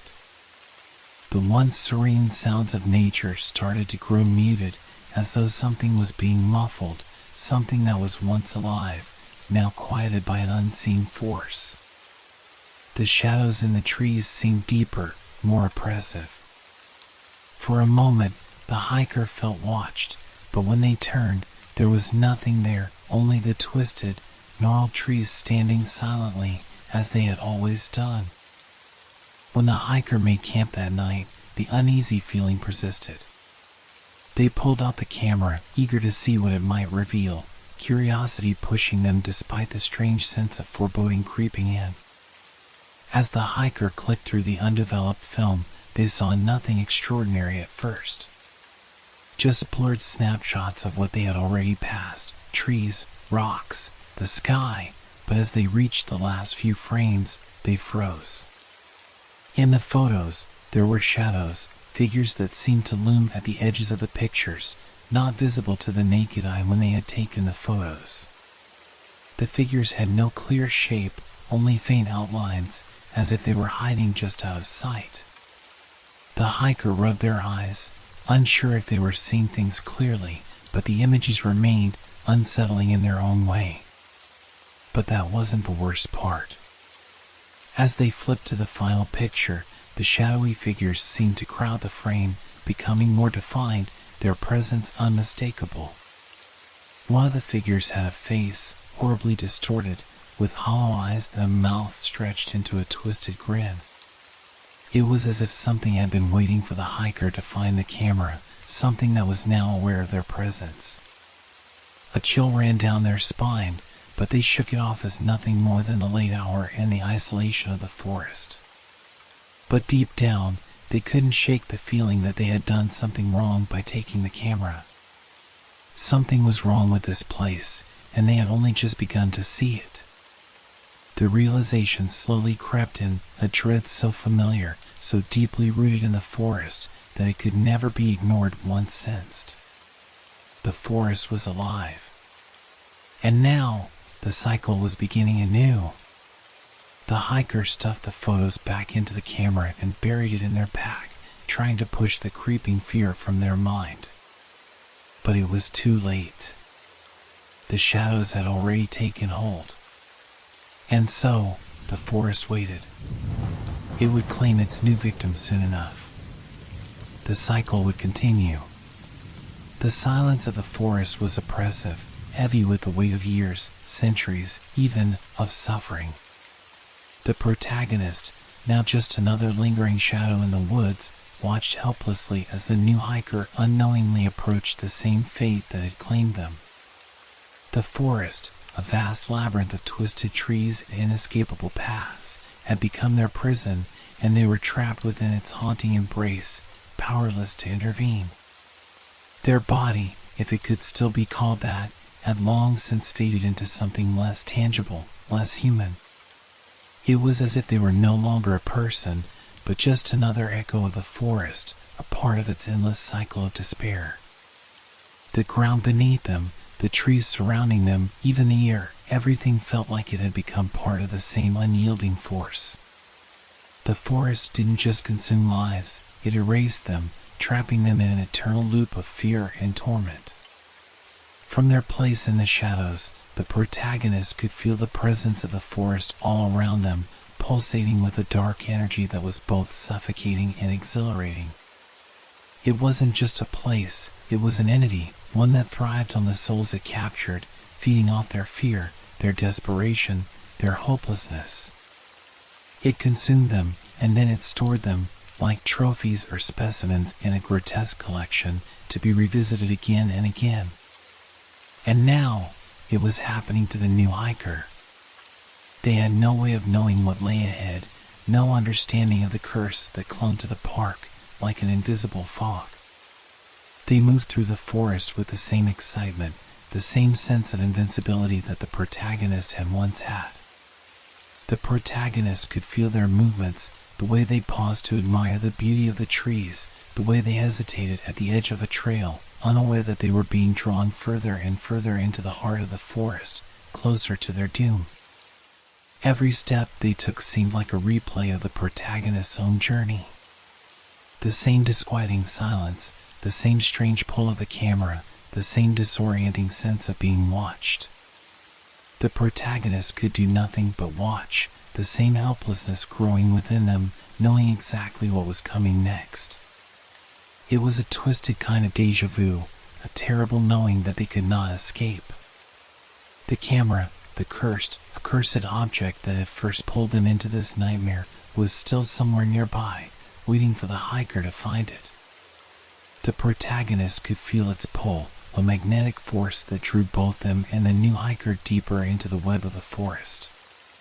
No matter how much they wanted to scream, to warn them, they couldn't. The forest, the entity that controlled it, would not allow such things. The souls it trapped were bound by an unspoken rule. They could not interfere. It was inescapable. The hiker, now unknowingly close to their doom, paused at the same spot where the protagonist had found the camera. The faint rustle of the leaves seemed to whisper, almost as if the forest itself were calling to them. The protagonist wanted to shout, to scream, to tell them to turn around, to run, but the words were trapped inside them, locked away in the prison of their new existence. The hiker bent down, just as they had, and brushed aside the earth to reveal the camera, old and buried beneath layers of soil. The protagonist's heart, if it still had one, would have been pounding in terror. The cycle was about to repeat. The forest was feeding again. The moment the hiker's fingers brushed against the camera's cold, cracked surface, the change began. A shift in the air, subtle at first, but unmistakable. The shadows in the trees seemed to grow darker, thicker, as if reaching toward the hiker. The forest itself seemed to hold its breath, anticipating what was about to happen.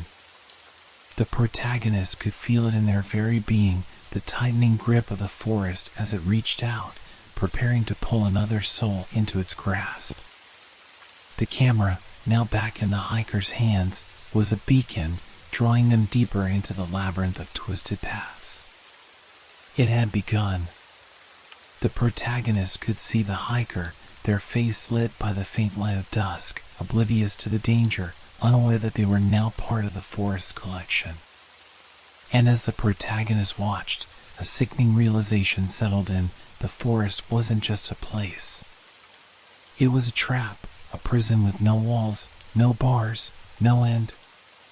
It claimed souls and trapped them within its borders, not just in death, but in a state of perpetual limbo. The only way to escape was to add another to the collection, to keep the cycle going. Each soul fed the entity that held the forest in its grip, and only by drawing in new victims could the trapped souls hope to find a momentary respite, only to watch helplessly as another replaced them. The protagonist now understood the true horror. The forest wasn't a place of death. It was a place of eternal imprisonment. There was no escape, only the endless suffering of watching new souls approach, helpless to save them, knowing that the cycle would continue, forever and ever. The hiker moved on, blissfully unaware, and the protagonist's fading form watched from the shadows, already preparing to witness the beginning of yet another doomed soul's journey. As the days blurred into one another, the protagonist's sense of self began to dissolve. What had once been a single soul, a person with thoughts, fears, and memories, was now a mere fragment of something far larger. They could feel it, the slow, relentless growth of the entity that now ruled the forest, a force that had swallowed them whole and was steadily absorbing more and more of their essence. The forest was alive, but not in the way anyone would imagine. It wasn't simply made up of trees and rocks, animals and wind. It was a vast, interconnected being, a single consciousness that thrived on the fear of those it trapped. The protagonist had been consumed by it, their individuality fading into the collective darkness that was now a part of the forest's ever-growing hunger. They could feel the entity's presence expanding, a pulsating force that surrounded them on all sides, seeping into the air they breathed, the ground they walked on. The more souls it claimed, the stronger it grew, and with each new victim, the forest's grip tightened. The protagonist could sense the shadows, no longer just eerie figures, but extensions of the entity itself. The very trees seemed to shift and sway in a rhythm that wasn't natural, like they were breathing in sync with something far more sinister. The cycle had become clear now. The forest didn't just trap the souls of the lost, it consumed them. Every soul added to its collection fed its growing power, making it more impossible for anyone to escape. The protagonist, now a part of the entity's collective, could feel the lives of others being pulled in, the fear of the new hiker reverberating through the air like a tremor. But it wasn't just the new hiker who would be claimed, it was everyone who came too close, everyone who was drawn into the forest's shadowy embrace. The protagonist's mind, what was left of it, still fought to understand. They could recall fragments of their former life, the smell of the forest before it had become a prison, the thrill of discovery, the cold touch of the camera. But those memories were fading, slipping through their fingers like water. What remained was a sense of hunger, hunger to feed the entity, hunger to see the cycle continue. It was no longer a matter of choice. It was a part of their being now, an inherent need to feed the forest and see it grow stronger. The shadows, once faint and distant, had grown closer, more defined. They whispered in voices that were no longer separate, but one. The protagonist could hear the whispers now in their mind, a constant murmur that echoed the thoughts of countless others who had been claimed by the forest before them. They were all here now, all part of the same entity, minds intertwined in a collective despair, forever connected by the entity's insatiable hunger. With every new soul the entity claimed, the forest seemed to grow more powerful, more alive. The trees creaked and groaned, not just with the wind, but with an energy that vibrated through the ground, through the air. It was as if the forest itself were expanding, its boundaries growing wider, pulling in more victims to feed its ever-growing need. The protagonist could feel the change, the growing strength of the forest as it continued to feed off their fear and the fear of those who came after. It was an endless cycle, a feeding frenzy that never stopped. The forest became more than just a place, it became an organism, a sentient being that grew stronger with each soul it claimed. And the protagonist was no longer just a part of the forest, they were the forest was them, and together they fed on the fear of all who dared enter. The new hiker, now closer to the heart of the forest, had no idea of the force they were walking into. The protagonist could feel their presence like a pulse, drawing nearer, closer to the camera, closer to the trap. It was inevitable. The shadows would grow thicker, the whispers louder, and soon the forest would claim yet another soul to add to its ever-expanding collection. The protagonist no longer fought the darkness that surrounded them. Instead, they embraced it, a silent part of the greater whole. Their fear had turned into something else, a recognition of the truth that could never be undone. The entity was not just a force in the forest. It was the forest itself. And with every soul it consumed, it grew stronger, more powerful, and more inevitable. The cycle would continue.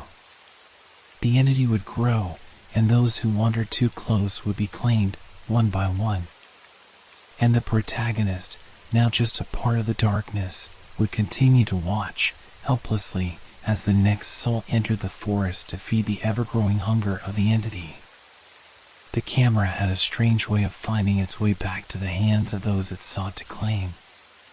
It never truly left the forest, it was a part of its dark, eternal cycle. The protagonist, now a mere whisper among the shadows, could still feel its pull, a constant force, as if the very soul of the camera was intertwined with the heart of the forest itself. The cursed object was not merely an artifact, it was a tether that bound its victims to the endless cycle of terror and despair. It passed from one hiker to the next, as if the forest itself had willed it. Each new victim would stumble upon it in some remote corner of the woods, as if it were hidden there just for them, always in plain sight but never quite understood. It beckoned them, an innocent object at first glance, but as soon as its lens was pointed towards the forest shadows, the true horror began to reveal itself. The protagonists could no longer move, no longer scream, but their essence remained. They could feel the curse ripple through the air as the camera was passed on yet again. It didn't matter how far the object traveled or how many hands it passed through, the forest always knew when it had returned to its rightful place. The camera's spirit was as much a part of the forest as the trees, the shadows, the whispers. It was patient, eternal. With each passing of the camera, the curse grew stronger, more inescapable. The protagonist could still see glimpses of the new victims, unaware of the fate that awaited them, taking the camera in their hands. They could feel their emotions, their confusion as they developed the photos, only to find the shadows creeping in closer and closer with each shot. The forest seemed to anticipate the moment when the next victim would realize they were trapped. Time didn't flow the same way here. Days merged into nights, and the path back to reality grew longer, foggier, until it was impossible to tell which direction led to safety. The moment they raised the camera to take a picture, the forest whispered its hunger. The cycle played out over and over. The camera would be discovered, the images would be developed, the shadows would grow, and the terror would begin. The protagonist, along with countless other souls, was now part of the forest's eternal web. The fear and desperation of every victim wove together, forming a collective consciousness that fed the forest's dark hunger. And as the camera changed hands, so too did the suffering it caused. It never stopped, never found a moment of rest, always seeking the next victim to feed the ever-growing darkness. It was an unbroken loop, a dance of fate that the forest played with every new arrival. The protagonist could see it all clearly now, the endless passing of the cursed object, the unrelenting grasp of the forest, and the inevitable conclusion: no one would leave. The camera, the forest, and the curse were all connected. Each new soul was a part of a larger whole, an endless cycle that would repeat for eternity. The forest waited. Patient. Eternal. It knew that eventually, someone would fall into its grasp. The next lost soul would take the camera in their hand, unaware of what awaited them. And as the shadows began to gather once more, the protagonist felt the weight of the curse sink deeper into the earth, pulling everything and everyone closer to the inevitable fate of being consumed by the forest's unyielding hunger. In the silence that enveloped them, the protagonist felt a shift. The fear, the desperation, the frantic struggle to escape, these emotions that once defined their every waking moment, began to fade. It was as if the forest, with all its relentless whispers and shadowy figures, had slowly worn away their resistance, eroding the part of them that clung to the hope of returning to a life they could no longer remember. They had tried to fight it, to destroy the camera, to break free from the dark grip of the forest. But every attempt had only drawn them deeper into its hold. Now, they no longer felt the urge to escape. Instead, there was a growing sense of inevitability, a deep acceptance that seeped into their bones like the cold air of the forest itself. The protagonist's thoughts were no longer their own. The forest had consumed them, first their body, and now their mind. Their identity, the person they had once been, had blurred into something unrecognizable. They were no longer an individual. They were a part of the collective, a fragment of something far larger than themselves. The entity that ruled the forest, The dark force that fed on fear had claimed them completely. They had become one with it. The shadows that once terrified them now felt like a part of their very being. The faces of the lost hikers, the souls who had been claimed before them, were no longer distant, fading memories. They were here, with them, living in the dark corners of the forest. The protagonist could hear their voices now, soft, indistinct whispers in the wind, growing louder as they joined the chorus of the trapped souls. It was then that they realized the truth. There was no escape. No way to undo what had been done. The forest was not just a place, it was a force, a living entity that thrived on the fear and despair of those it claimed.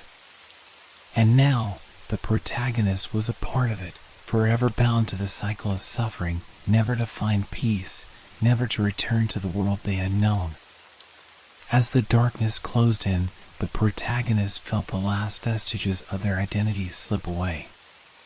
There were no more thoughts of who they had been, no more struggles to understand the reality they had once known. The forest, with all its shadows and whispers, had become their home. It was no longer a place to fear, it was their existence, their eternity. They had become part of the cycle, a cycle that would continue long after they had faded into nothingness. The camera would pass to the next victim, the next lost soul who wandered too close to the forest's dark heart. And that soul would be drawn into the same fate, just as the protagonist had been. And so, the cycle would repeat endlessly. There was no escape, no salvation. The protagonist had accepted this truth. Their fear, their identity, their existence, they were all now lost in the shadows, swallowed by the forest's insatiable hunger.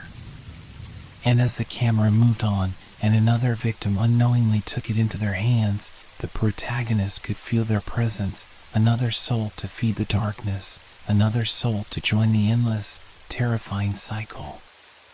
The protagonist's thoughts became indistinct, their consciousness blending with the dark void of the forest. They were part of something eternal now, something far beyond themselves. And as the shadows closed in, they finally let go, no longer fighting, no longer wishing for escape. They had become one with the forest, one with the entity, a part of the darkness that would never fade. The camera resurfaced, just as it always did. This time, it was in the hands of a tourist, a young woman eager to explore the untouched beauty of the park. Unbeknownst to her, she had picked up the cursed object, once again unwittingly stepping into the forest's insidious game. Her discovery seemed like just another repetition of the cycle, another innocent soul about to fall victim to the same fate the protagonist had once suffered. But as the protagonist, now part of the forest itself, sensed the subtle shifts in the air, there was something different this time. The shadows that once seemed to belong to a singular force now felt fragmented, as if they were no longer alone. Something new was beginning to stir in the forest's depths. The forest had always been a dark, consuming entity, feeding on the fear and despair of its victims, but now it felt restless. It was as if a new force was taking shape within the woods, a presence not bound by the familiar rhythms of the cycle. The protagonist, in their newly fragmented state, could feel it, could sense the stirrings of something that had not existed before. The tourist, for all her innocence and oblivion, seemed to notice nothing. She marveled at the beauty of the trees, oblivious to the dark past they held. She took a picture with the camera, its lens capturing more than just the forest's beauty. The protagonist, watching from the shadows, could feel the pull of the camera. But this time, there was an undercurrent of something different, something unsettling about the way the camera responded to her touch. The protagonist's awareness of the shifting force was growing.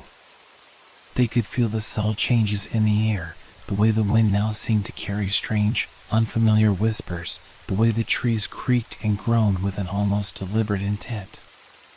It was as though the forest itself had begun to wake, to stretch, as if some long dormant part of it had started to stir.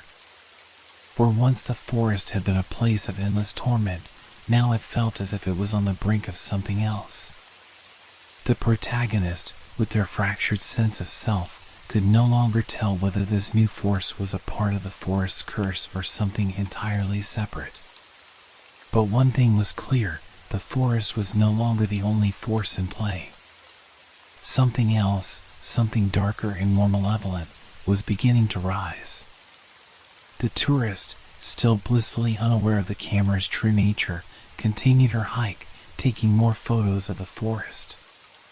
Each image she captured seemed to hold a hint of the unsettling presence growing within the woods, but she couldn't see it, at least, not yet. However, the protagonist could feel it, could sense the shift in the forest's pulse. And deep within, the forest itself seemed to recognize that it was no longer the sole power here. As the tourist wandered deeper into the park, the protagonist realized that this was no longer just another victim to feed the cycle. The camera, the forest, and now this new presence, everything was beginning to change. And whether this new force was friend or foe, it was clear that the forest, and everything it had consumed, was now on the verge of something even more dangerous. The cycle wasn't ending, but it was transforming. The protagonist could feel it in their very being, a creeping sense of unease that didn't come from the familiar terrors of the shadows or the camera's curse. It was something new, something unseen, and the protagonist had no idea whether this new force would help to end the cycle or if it would make it worse. The shadows continued to watch, as they always did. But this time, something was watching them too. The tourist, a young woman named Emma, felt the weight of the forest press on her from the moment she stepped deeper into the park. The air was thick, and the silence around her seemed too absolute, too suffocating. At first, she thought it was just the overwhelming beauty of the place, the quiet majesty of nature. But as she walked further, a strange sensation crawled up her spine, as if she wasn't alone in the woods. The feeling of being watched, of being followed, began to sink in. Unlike the others who had wandered through the forest before her, unaware of the danger lurking beneath the surface, Emma could sense it: something was wrong. The woods, which should have been serene and calming, felt oppressive.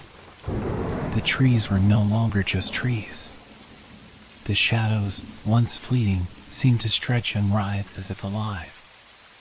And then there was the camera.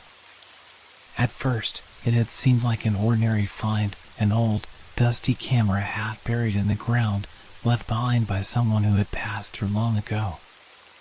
But as soon as she picked it up, an inexplicable chill ran through her body, a shiver that made her hesitate for a moment.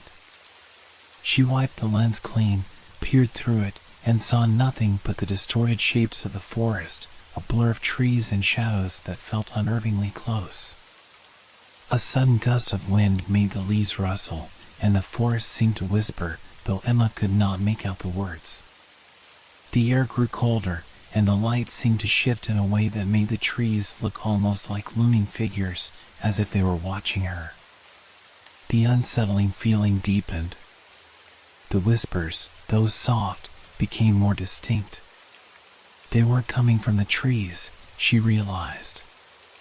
They were coming from within her mind. She had heard stories from other hikers, vague tales of missing people and strange occurrences in the park, but she had dismissed them as urban legends, campfire stories. Now, however, something in her gut told her that those stories were true. That this place held something ancient, something powerful and dark, that had no intention of letting her leave. The camera in her hand felt heavier. As she adjusted the lens to take another photo, she noticed something strange in the viewfinder. For just a brief moment, the shadows that had clung to the forest floor appeared to shift unnaturally, moving toward her. She blinked, but they were gone, and the forest returned to its usual, quiet stillness. But that was when the first real sense of panic hit her. The shadows were too vivid, too deliberate. "Stop it. It's just the camera," she muttered to herself, trying to reason with the rising sense of dread. But deep down, she knew it wasn't just the camera. It was the forest itself, something alive, something ancient, pulling at the edges of her mind. She tried to turn back, to retrace her steps, but every direction she chose seemed to lead her deeper into the forest. The paths were no longer clear. The landmarks that she had passed only moments ago were now unrecognizable, swallowed by the dense, shifting woods. The more she tried to navigate, the more the trees closed in around her. The whispers grew louder. They echoed in her mind, a chorus of fragmented voices, all calling her name. "Emma! Emma!" Panic began to claw at her chest. She wasn't imagining this. Someone was here, in the woods with her. Something that wanted her. She felt it, like a cold hand pressing against her heart, squeezing the life from her. She took another picture, her hand trembling. The shadows in the frame were now unmistakable, long, twisted shapes that seemed to reach out toward her. But when she looked up from the camera, they were gone, as though they had never been. Only the trees stood before her, silent and imposing. "Stay calm," Emma whispered to herself, trying to steady her breath. But the forest had already begun to take hold of her, pushing her deeper into its heart. She felt a pull, a force urging her forward, as if the forest itself was guiding her steps. Her feet moved of their own accord, and every attempt to stop was futile. The path stretched ahead, impossibly long, as though the woods were growing, expanding, swallowing the very ground she walked upon. "Please," she whispered into the emptiness, her voice barely audible. "I need to get out of here." But the forest didn't listen. The trees around her groaned and creaked, bending as if alive, leaning toward her.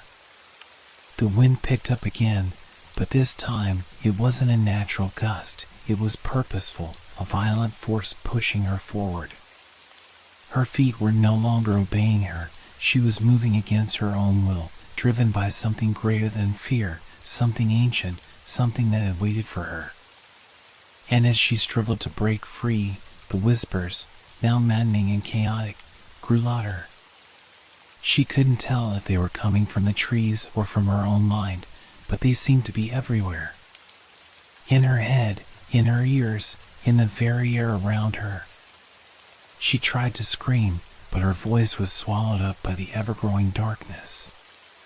The shadows, once distant, now seemed to be closing in on her, taking form in the periphery of her vision. They were coming for her. The camera, once so innocuous in her hands, now felt like a key that had unlocked something ancient and powerful. A force, an entity, was rising, and it was no longer content to remain hidden. Her feet carried her deeper, the forest tightening its grip. The feeling of being trapped was overwhelming, suffocating, as if the earth itself was swallowing her whole. The forest was no longer just a backdrop, it was alive, watching, pushing her closer to something she couldn't understand. Emma tried to scream again, but it was too late. The whispers reached a deafening crescendo. The forest had her now, and the cycle, which she had thought she could fight, began anew. Emma stumbled through the dense forest, her breath ragged, heart pounding in her chest. The oppressive silence, broken only by the whispers that echoed in her mind, felt suffocating. Every tree, every shadow, seemed to be pressing in closer. The forest was alive in a way that defied logic, moving and shifting with a purpose, closing in on her like a net being drawn tighter with every step. She tried to fight it, tried to tear herself away from the camera's pull, but it was useless. The moment she held it again, a chilling realization gripped her. The more she resisted, the stronger the hold became. The trees groaned with the weight of something ancient, as if the forest itself was aware of her struggles, enjoying her torment. But then, something unusual happened. It wasn't her own thoughts that began to surface in her mind. For a brief moment, she felt another presence, an unsettling feeling of someone else inside her consciousness. At first, she brushed it off, assuming it was just her mind unraveling under the pressure of the forest. But the sensation grew stronger. She looked down at the camera, and the world around her blurred for a moment. Her fingers shook uncontrollably as she brought the lens up to her eye again.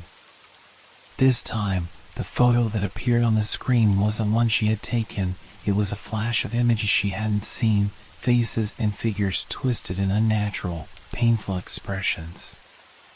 And then, she saw it, a figure that she didn't recognize, standing just at the edge of the trees. It was her own face, but distorted, as if staring from a distance. Suddenly, the images in the viewfinder flickered, and she saw flashes of something else, a place beyond the trees, a dark void. A person was there, trapped, not by the forest, but by something else. The air thickened with an unnatural presence, and Emma felt herself lose her grip on reality. The person in the photo looked like they were trying to scream, their mouth open in horror, yet no sound came. The figures seemed desperate, as if reaching out through the photo, but the forest's hold on them was too strong. Emma's heart hammered in her chest as a familiar feeling crept over her, a feeling of helplessness, of being watched by something ancient, something beyond understanding. Then it hit her. The figure in the photo wasn't just someone else. It was her. She dropped the camera, but the images stayed, lingering in her mind, forced upon her by some unseen hand. The realization was chilling. The spirit of the previous victim, the protagonist who had wandered into this cursed forest before her, was using the camera to communicate. In her subconscious, Emma could hear the faintest whispers, not of her own mind, but of someone else's. The voice of a lost soul, desperate, tortured. It was a struggle for control. This spirit, this being, was trying to warn her, to help her navigate the same fate she had fallen victim to.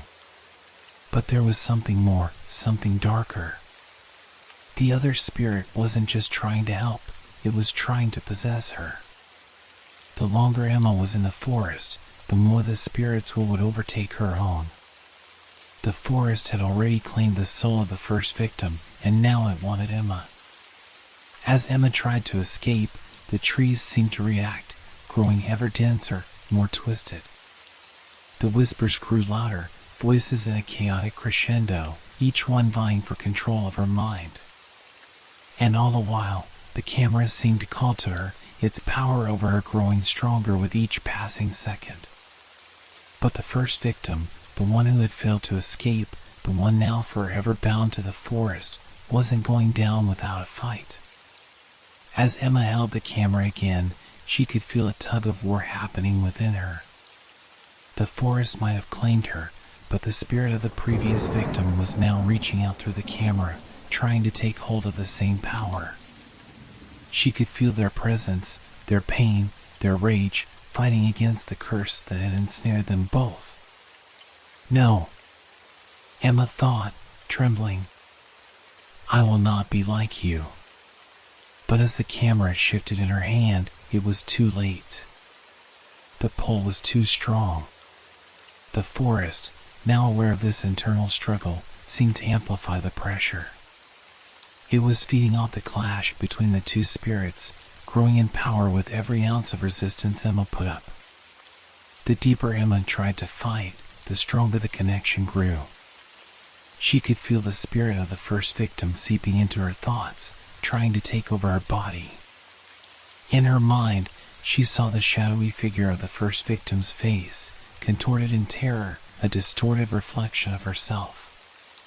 Emma screamed, but her voice was drowned out by the wind, by the chorus of whispers that now filled her every thought. She looked at the camera again, and this time she saw it clearly, the forest's curse, its endless cycle of fear and death, played out before her. The camera was the key, and she was both the victim and the vessel. The two spirits were now bound together, forever, caught in a battle that neither could win. The cycle was starting anew, and Emma was caught in the middle of it. The forest had her, just as it had the first victim. But now, Emma realized she wasn't just trapped by the forest. She had become part of it. Part of its eternal hunger, part of its endless cycle. And now, she had to choose. Would she allow the first spirit to take over and join the collective darkness, or would she become something even worse, a puppet of the forest itself, endlessly struggling in vain? As the forest closed in around her, Emma's struggle intensified, but she knew one thing for sure: there was no escape. The forest was a maze of shadows and whispers, each tree, each gust of wind carrying a message, one that Emma could not decipher. The air thickened with every step she took, as if the woods themselves were breathing, pulsing with a life of their own. The camera clutched tightly in her hand. Its weight was an oppressive reminder of the curse that had now claimed her. She ran, her feet stumbling over roots and rocks, but no matter how far she went, the forest seemed endless. Each time she thought she'd found a way out, the trees twisted around her, pulling her back deeper into the heart of the dark, cursed woods. And then, she heard it, the faint sound of footsteps behind her. At first, she thought it was just her imagination. The pressure of the forest, the whispers, the overwhelming sense of being watched, it was enough to drive anyone to madness. But then, the footsteps grew louder, more deliberate. Someone, or something, was following her. She stopped dead in her tracks, her heart racing. She spun around, expecting to see the shadowy figure of the first victim, or perhaps something worse. But there was nothing there. Only silence. The silence pressed in on her, and she realized, with growing dread, that it wasn't an ordinary silence. It was the absence of sound, the stillness before the storm. The forest had become eerily still, as if waiting for something. Or someone. It was then that she felt it, a pull, faint but undeniable.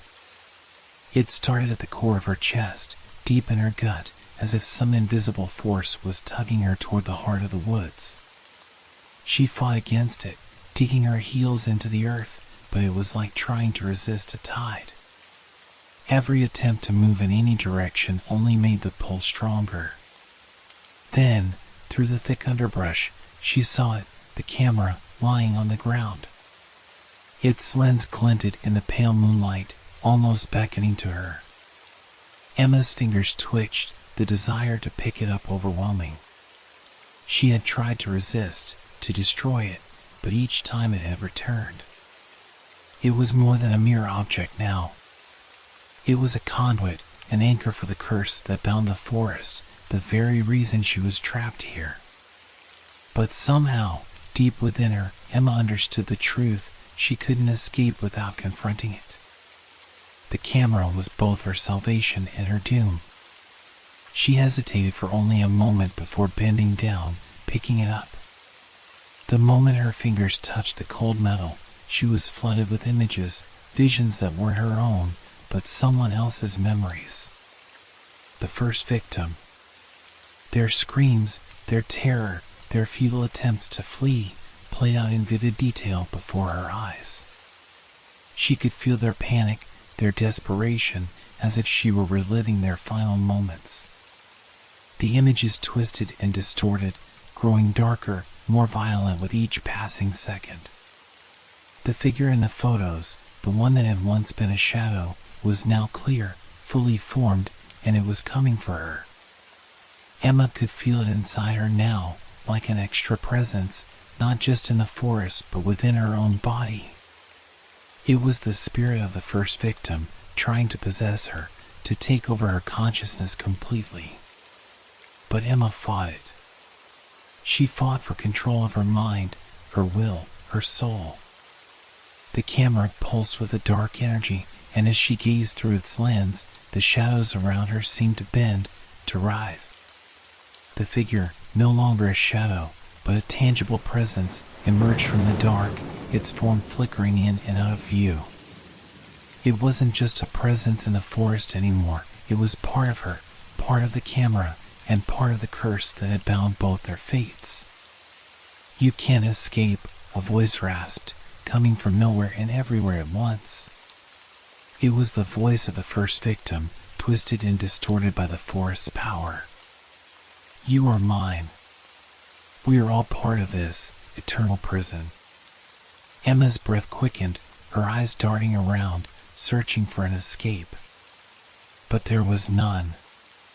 The forest was closing in again, the trees tightening around her, their branches like skeletal fingers, pulling her into the very heart of the darkness. But then, a surge of defiance coursed through her. She couldn't let it win, not like this. Not after everything she had fought for.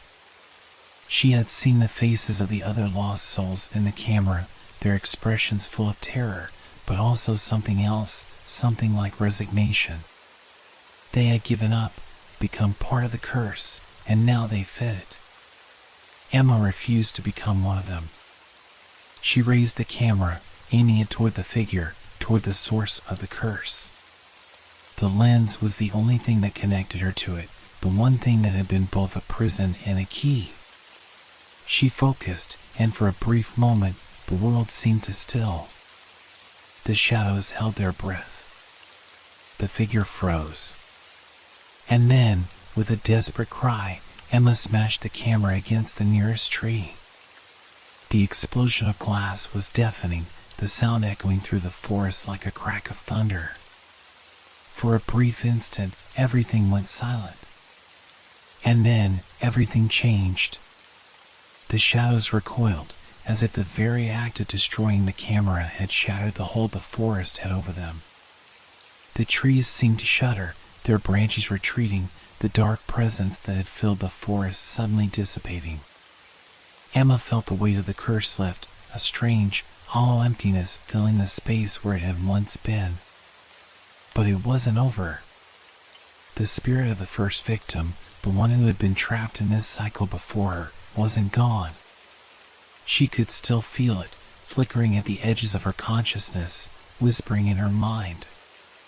She had won this battle, but not the war. The forest had claimed her now, and she had become part of its endless cycle, one soul among many. And yet, there was something else in her mind, something new, something powerful.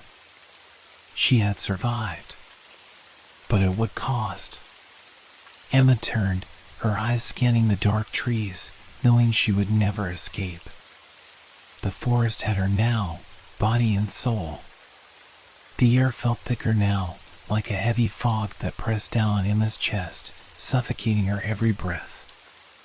Even after everything, after the destruction of the camera, the dark energy of the forest had not released its grip on her. The trees, the shadows, the whispers, they were still there, but now they were different. Something had shifted.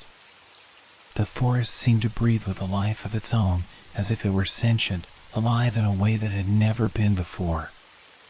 The silence that had once surrounded her, heavy and oppressive, was now filled with the rustling of leaves, but it wasn't natural. It was like the forest was aware of her every movement, watching, waiting. And it was hungry. Emma had thought that smashing the camera would end it. She had thought that breaking its hold would free her, but she was wrong. The camera had merely been a conduit, a tool, a way for the dark spirit to claim its victims. Destroying it had not destroyed the curse, it had only changed it. Now, the forest itself had become the vessel for the entity's power.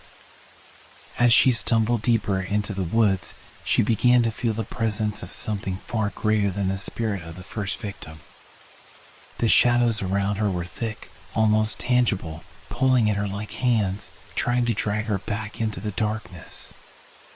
It was as if the very soil, the very roots of the trees, were alive with the spirit's malevolent energy.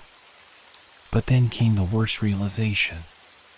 She wasn't just trapped within the forest anymore, she was part of it. The entity had consumed the forest, and now the forest was its vessel. The dark spirit had merged with the land, entwining itself in the very fabric of nature. The trees, the shadows, the air, they were all now part of the curse. Every leaf that fluttered, every branch that swayed, seemed to mock her with the knowledge that she had no place left to run. Emma's mind spun. It was a nightmare, but it was real. The curse was no longer tied to the camera, no longer contained in a single object. The entity had become the forest itself, an all-encompassing, suffocating presence that now owned every inch of this land. There was no escape. There was no sanctuary. She began to hear the whispers again, but this time they weren't just in her ears, they were in her mind. The voices of the lost souls, the ones who had come before her, and the ones who would come after.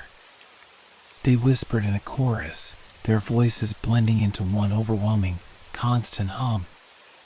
"You will be here forever," the voices chanted. "We are the forest. We are the curse. You will never leave." Emma felt her sense of self slipping, her thoughts becoming fragmented. The forest's energy was invading her mind, consuming her, erasing her identity. The dark spirit was inside her now, and she could feel its power flooding through her veins, as if it had taken root in her very soul. She was no longer a person, she was part of something much larger, something much darker. And in that moment, Emma understood the true nature of the curse. It wasn't about the camera. It was never about the camera. The camera had been just a tool, a means to an end. The curse was about the forest, about the land itself, a place where souls were trapped, where they were consumed by the darkness, forced to become part of the eternal cycle.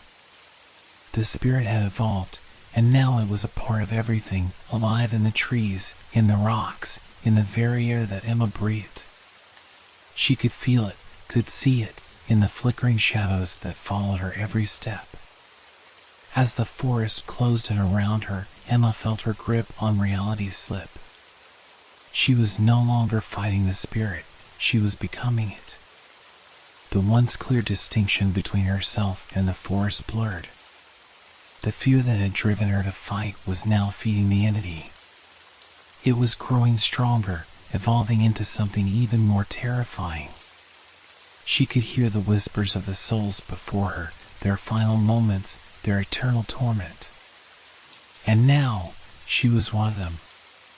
The last remnants of Emma's consciousness tried to scream, tried to fight back, but it was useless. The curse had spread beyond the forest, it had spread into her very being. She was now part of the entity, bound to the woods, bound to the darkness, forever. The cycle would continue. The forest would claim more souls. The camera, once broken, would resurface. The spirit would always find new victims, and the forest would grow stronger with each soul it consumed. And Emma, forever lost in the shadows, would watch as the curse passed on to the next. There was no end. There was no escape. Only the forest. Only the curse. And the forest, alive with the spirit's darkness, would wait. Always waiting for the next soul to fall into its grasp. The forest had become a living, breathing thing, its pulse echoing through the ground like the heartbeat of something ancient and powerful. The trees, once towering and silent, now seemed to whisper in low, guttural tones. The shadows that danced among the trunks were no longer mere tricks of light, but creatures in their own right, sentient and hungry. shifted with purpose, like soldiers preparing for war, and the air had thickened into a heavy blanket, pressing down everything beneath it. And then Emma realized she was the last. The cycle that had once seemed endless, the eternal churn of new souls being drawn into the forest, was coming to a close. She was the final one. The forest had claimed her, and in turn, she had become part of its dark essence. The whispers of the lost souls before her had faded, as if they were simply echoes of a past that no longer mattered. Now, she was alone in the vast, oppressive darkness, and yet, she could feel the presence of something greater, something that was no longer bound to the land, to the forest itself. The entity, the spirit that had once relied on the camera, had changed. It was evolving. It had become something more than the forest. It had become the forest itself, but now it was seeking a new form, a form that would transcend the boundaries of the land, that would break free from the cycle that had bound it for so long. Emma felt the shift as the entity's awareness settled into her. It no longer needed to use the camera, no longer needed to trap souls within the forest. The entity had learned to use the souls it had consumed, twisting them into something more powerful. It was no longer interested in merely feeding, it was preparing for its ascension. The trees, the shadows, the very air seemed to pulse with anticipation. It was as if the entire forest was holding its breath, waiting for something to happen. The wind had stopped, and in the unnatural silence, Emma's heart pounded like a drum in her chest, its beat a reminder of her fleeting existence. The darkness was growing. It was alive. And it was coming for her. The final soul. The last piece of the puzzle. But even as Emma felt herself dissolving into the forest's essence, a deep, instinctual fear rose within her. She had come to understand that she was no longer a person, no longer an individual. She was part of the forest now, part of the darkness. But she hadn't surrendered completely. There was still something inside her, a faint spark of resistance, a sliver of her old self that struggled to remember what it meant to be human, what it meant to be free. The entity, sensing this, turned its focus onto her. It was no longer content with simply consuming. It wanted to make Emma its vessel, to merge its consciousness with hers fully, to leave behind the forest and become something far more powerful. The forest had been its cradle, but now it sought to break free of its roots, to transcend this place, and Emma was the key. As the darkness closed in, Emma could feel the entity's tendrils of thought weaving into her own, probing her, seeking to find that last shred of resistance and extinguish it. Her mind, once so full of terror and confusion, was now becoming clearer. She understood the entity's purpose. It was no longer bound to the land, it was now bound to her. The forest had grown, but it needed something more to take its next step. It needed her to embrace the full extent of its darkness, to allow it to live within her entirely. But Emma resisted. There was a part of her that still clung to the memory of who she was, of what she had been. She remembered the sun, the open sky, the feeling of wind against her skin. She remembered the world beyond the trees, beyond the darkness. And with that memory came a small flicker of hope. The entity, sensing that flicker, tightened its grip. Emma's mind was flooded with images, memories of the hikers who had come before her, memories of those who had suffered the same fate, who had become one with the forest. They were not forgotten. They had not disappeared. They were still there, trapped in the shadows, watching, waiting. And now, Emma was one of them. She had crossed the point of no return. The whispers of the lost souls were louder now, their voices merging with hers. They were all part of the same eternal darkness, and there would be no escape. But in that final moment, As the darkness closed in and her mind began to fade, Emma realized something terrible. The entity's power wasn't in its ability to consume. It was in its ability to adapt. It didn't need to rely on the camera, the forest, or even the souls of the lost. It had evolved into something far more dangerous, something that could live on, indefinitely, through every soul it consumed. The cycle wasn't ending, it was simply changing, becoming something new, something more permanent. The entity had learned. It had ascended beyond its previous form, and now it would never stop. It would continue forever. And Emma, like the others before her, would become part of its eternal existence. As the last remnants of her humanity slipped away, she felt the entity's essence consuming her, erasing every last trace of her identity. She was no longer Emma. She was no longer a person. She was the forest. She was the darkness. And the darkness would never die. The air felt thick, suffocating, as Emma's mind began to unravel the truth. Pieces of the forest's dark history began to fall into place, each one more horrifying than the last. She had been drawn deeper into the woods, pulled by the same ancient force that had claimed so many before her. But now, in the eerie quiet, she was starting to see things clearly, too clearly. The entity was not just a spirit. It was something far older, something far more insidious. It was not bound by the normal laws of the living or the dead. It was an ancient force tied to the land itself, woven into the very fabric of the forest, feeding off the fear and despair of every lost soul that had wandered too far into its grasp. Her breath quickened as she pieced the story together.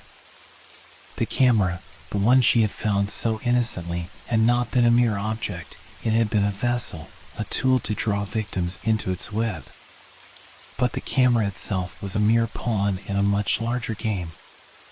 The true power resided in the forest, in the very earth beneath her feet, in the shadows that crept between the trees. The camera was just a part of the trap, designed to lure in the weak, the curious, the lost.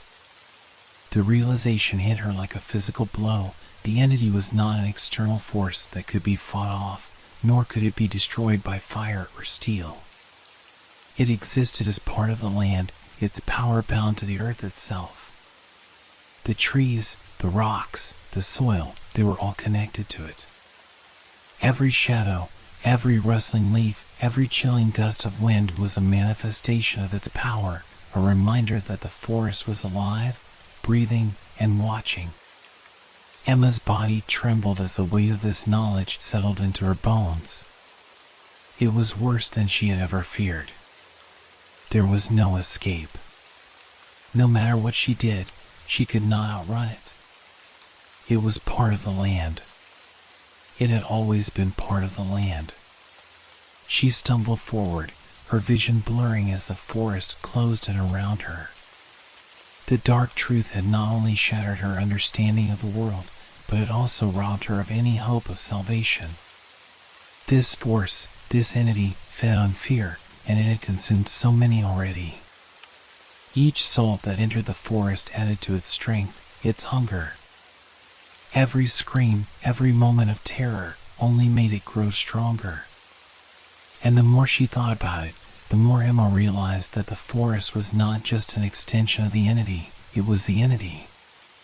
The trees had eyes, the ground had teeth, and the shadows were no longer just shadows. They were hungry. Her heart pounded in her chest, each beat a reminder that time was running out. The forest wasn't just trying to trap her. It was trying to consume her.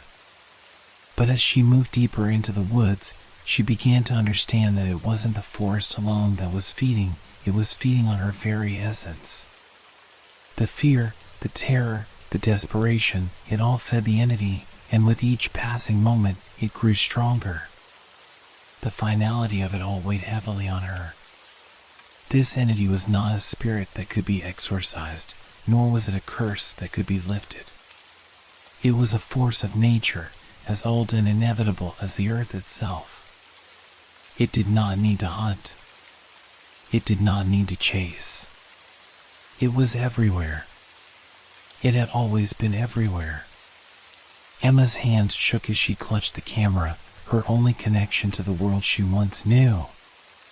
But even the camera felt different now, as though it was no longer a relic of the past, but a living, breathing part of the forest. She could feel it pulsing with the entity's power, a subtle vibration that made her skin crawl.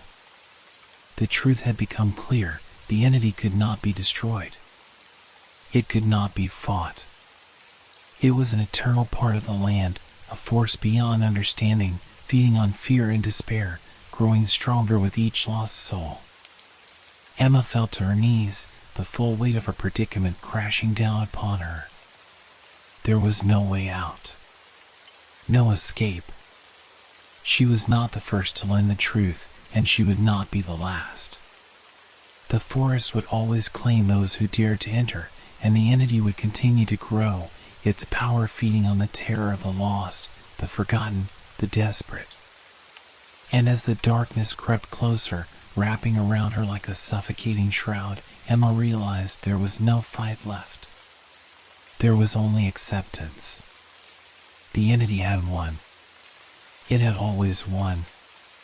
Emma's legs burned with exhaustion, her every breath ragged as she pushed forward, determined to escape. She could feel the forest behind her, its oppressive weight pulling at her, as if the trees themselves were reaching out to keep her there. With each step, she thought she could almost taste freedom, the open air, the quiet hum of the outside world. But with each step forward, the pull of the forest grew stronger. She reached a clearing, the path ahead opening up into a view of the distant mountains.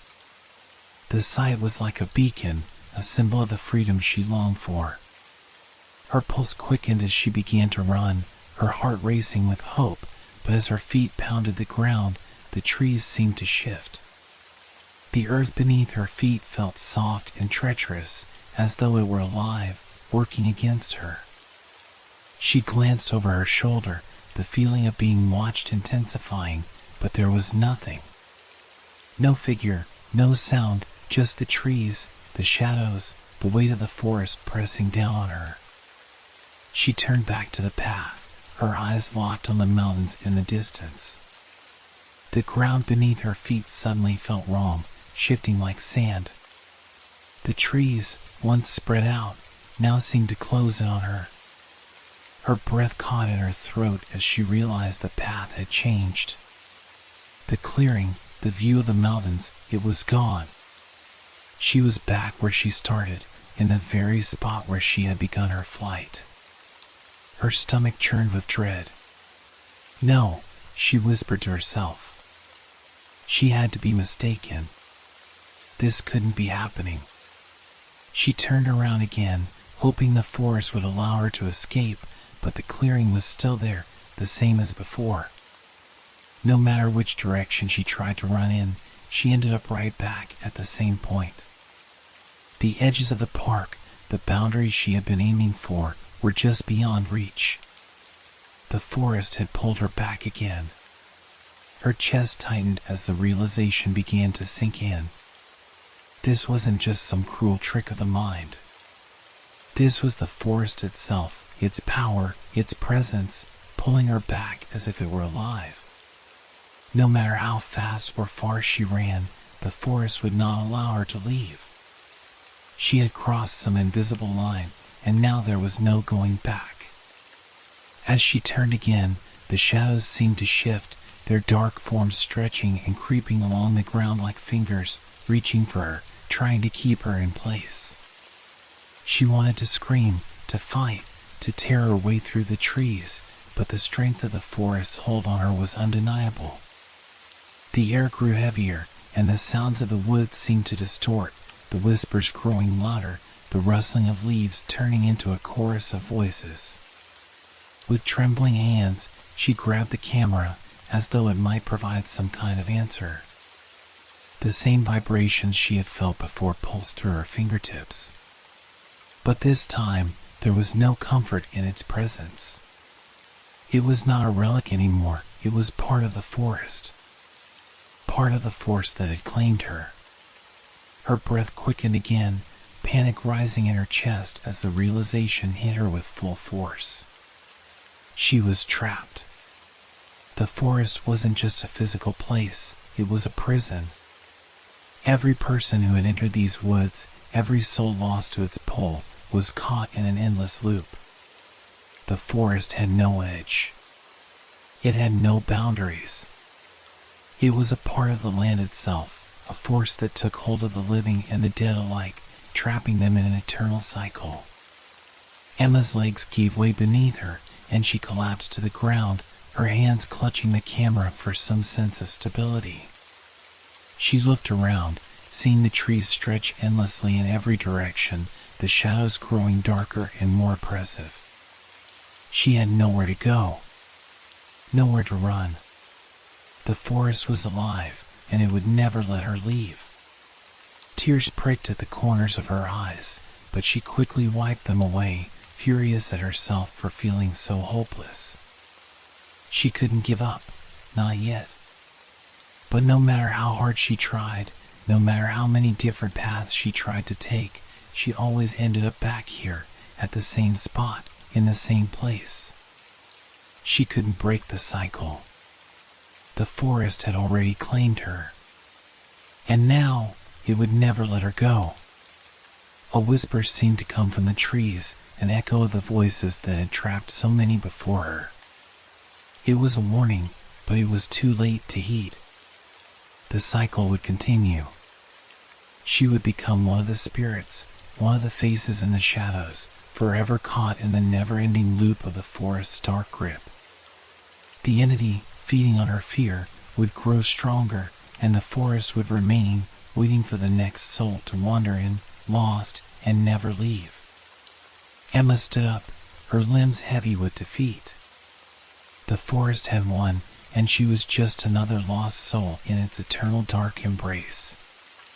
The forest, once so full of life, begins to change before Emma's eyes. The trees, which had once stood like silent sentinels, now groan and twist, their bark blackened and withered. The ground beneath her feet trembles, as if the earth itself is dying, sinking into an abyss from which there is no return. The familiar trees, the familiar shadows, are fading into an oppressive void, a yawning chasm that swallows everything it touches. There is no longer any sunlight, only an unyielding darkness that spreads like ink across the sky. The trees, once towering and majestic, now stretch impossibly high into the dark, their tops vanishing into an unseen void. The branches twist and writhe as if reaching for something far beyond the forest itself. The air grows thick, a choking miasma that seems to block out all breath. Emma can feel it in her lungs, feel it in the very marrow of her bones. It is as if the forest is turning in on itself, collapsing inward, consuming everything in its path. The shadows shift unnaturally, not just moving, but folding into themselves, stretching and tearing as though the world itself is being unraveled at the seams. The whispers that have followed Emma from the moment she arrived have changed. They no longer speak in cryptic warnings or promises of doom. Instead, they are a chorus of despair, a cacophony of voices that seem to come from every direction, from every soul that has ever been lost to the forest. Faces flicker in the darkness, pale, hollow eyes staring out from the shadows, their mouths silently screaming, their bodies frozen in eternal torment.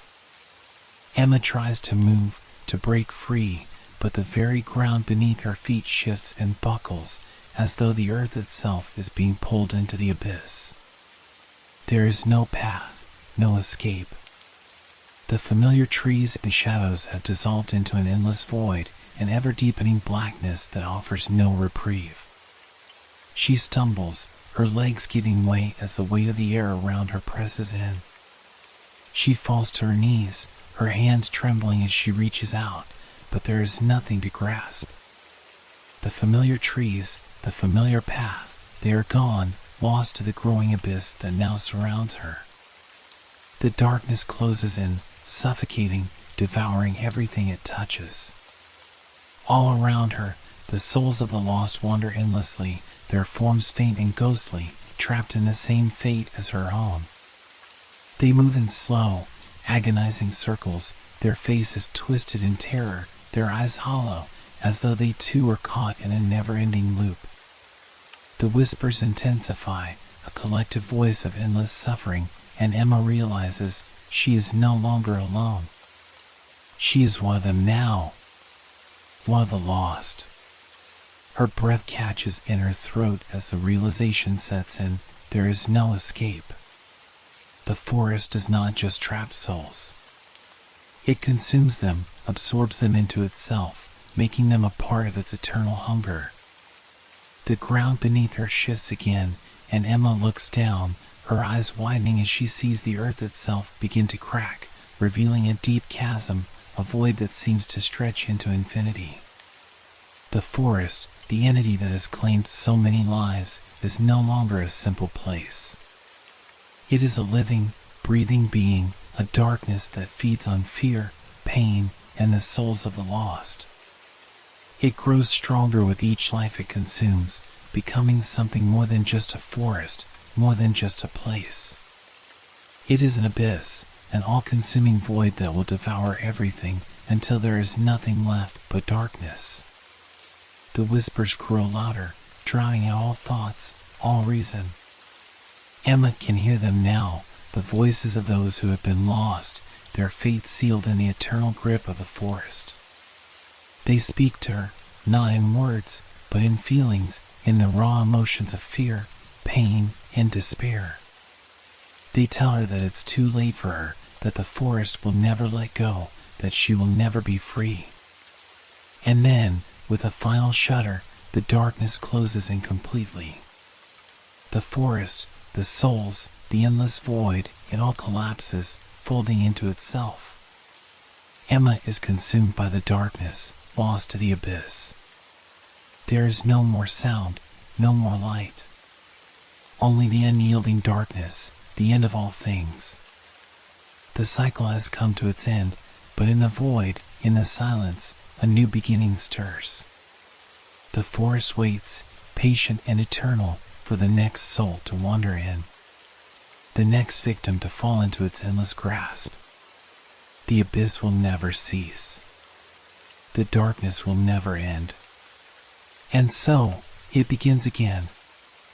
As the darkness fully envelopes Emma, something shifts within her. She no longer feels the weight of her body, no longer senses the earth beneath her feet. It's as if she's become one with the forest, its roots, its trees, its endless, consuming void. She has ceased to be an individual.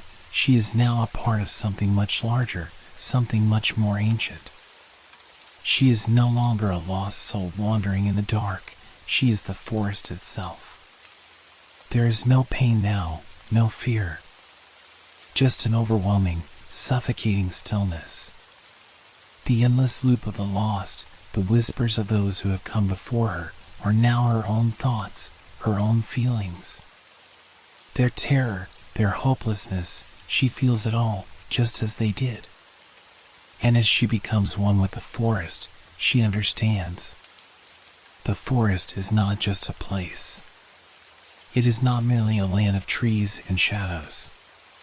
It is a living entity, a consuming force, born of the darkest fears of all those who wander into its grasp.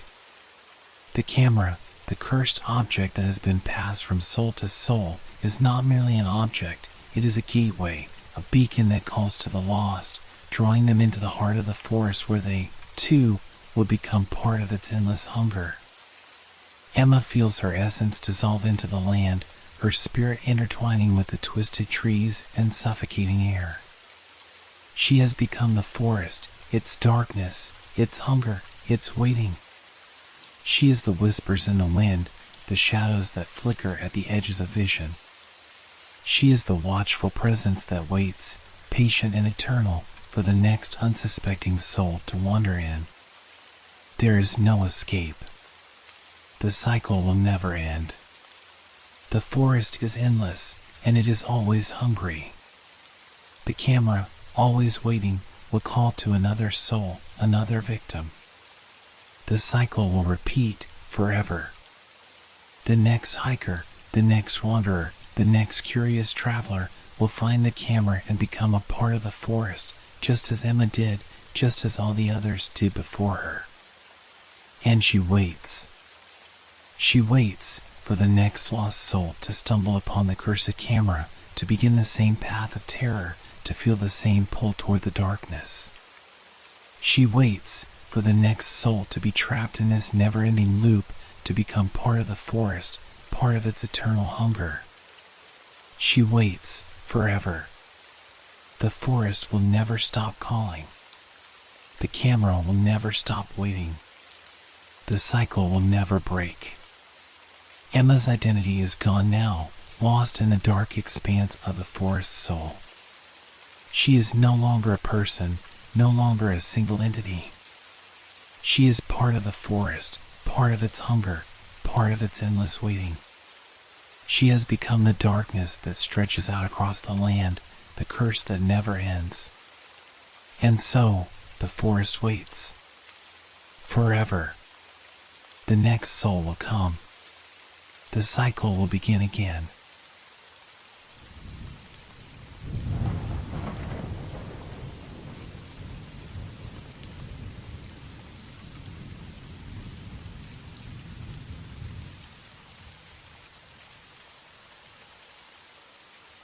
Thank you for making our stories part of your relaxation time.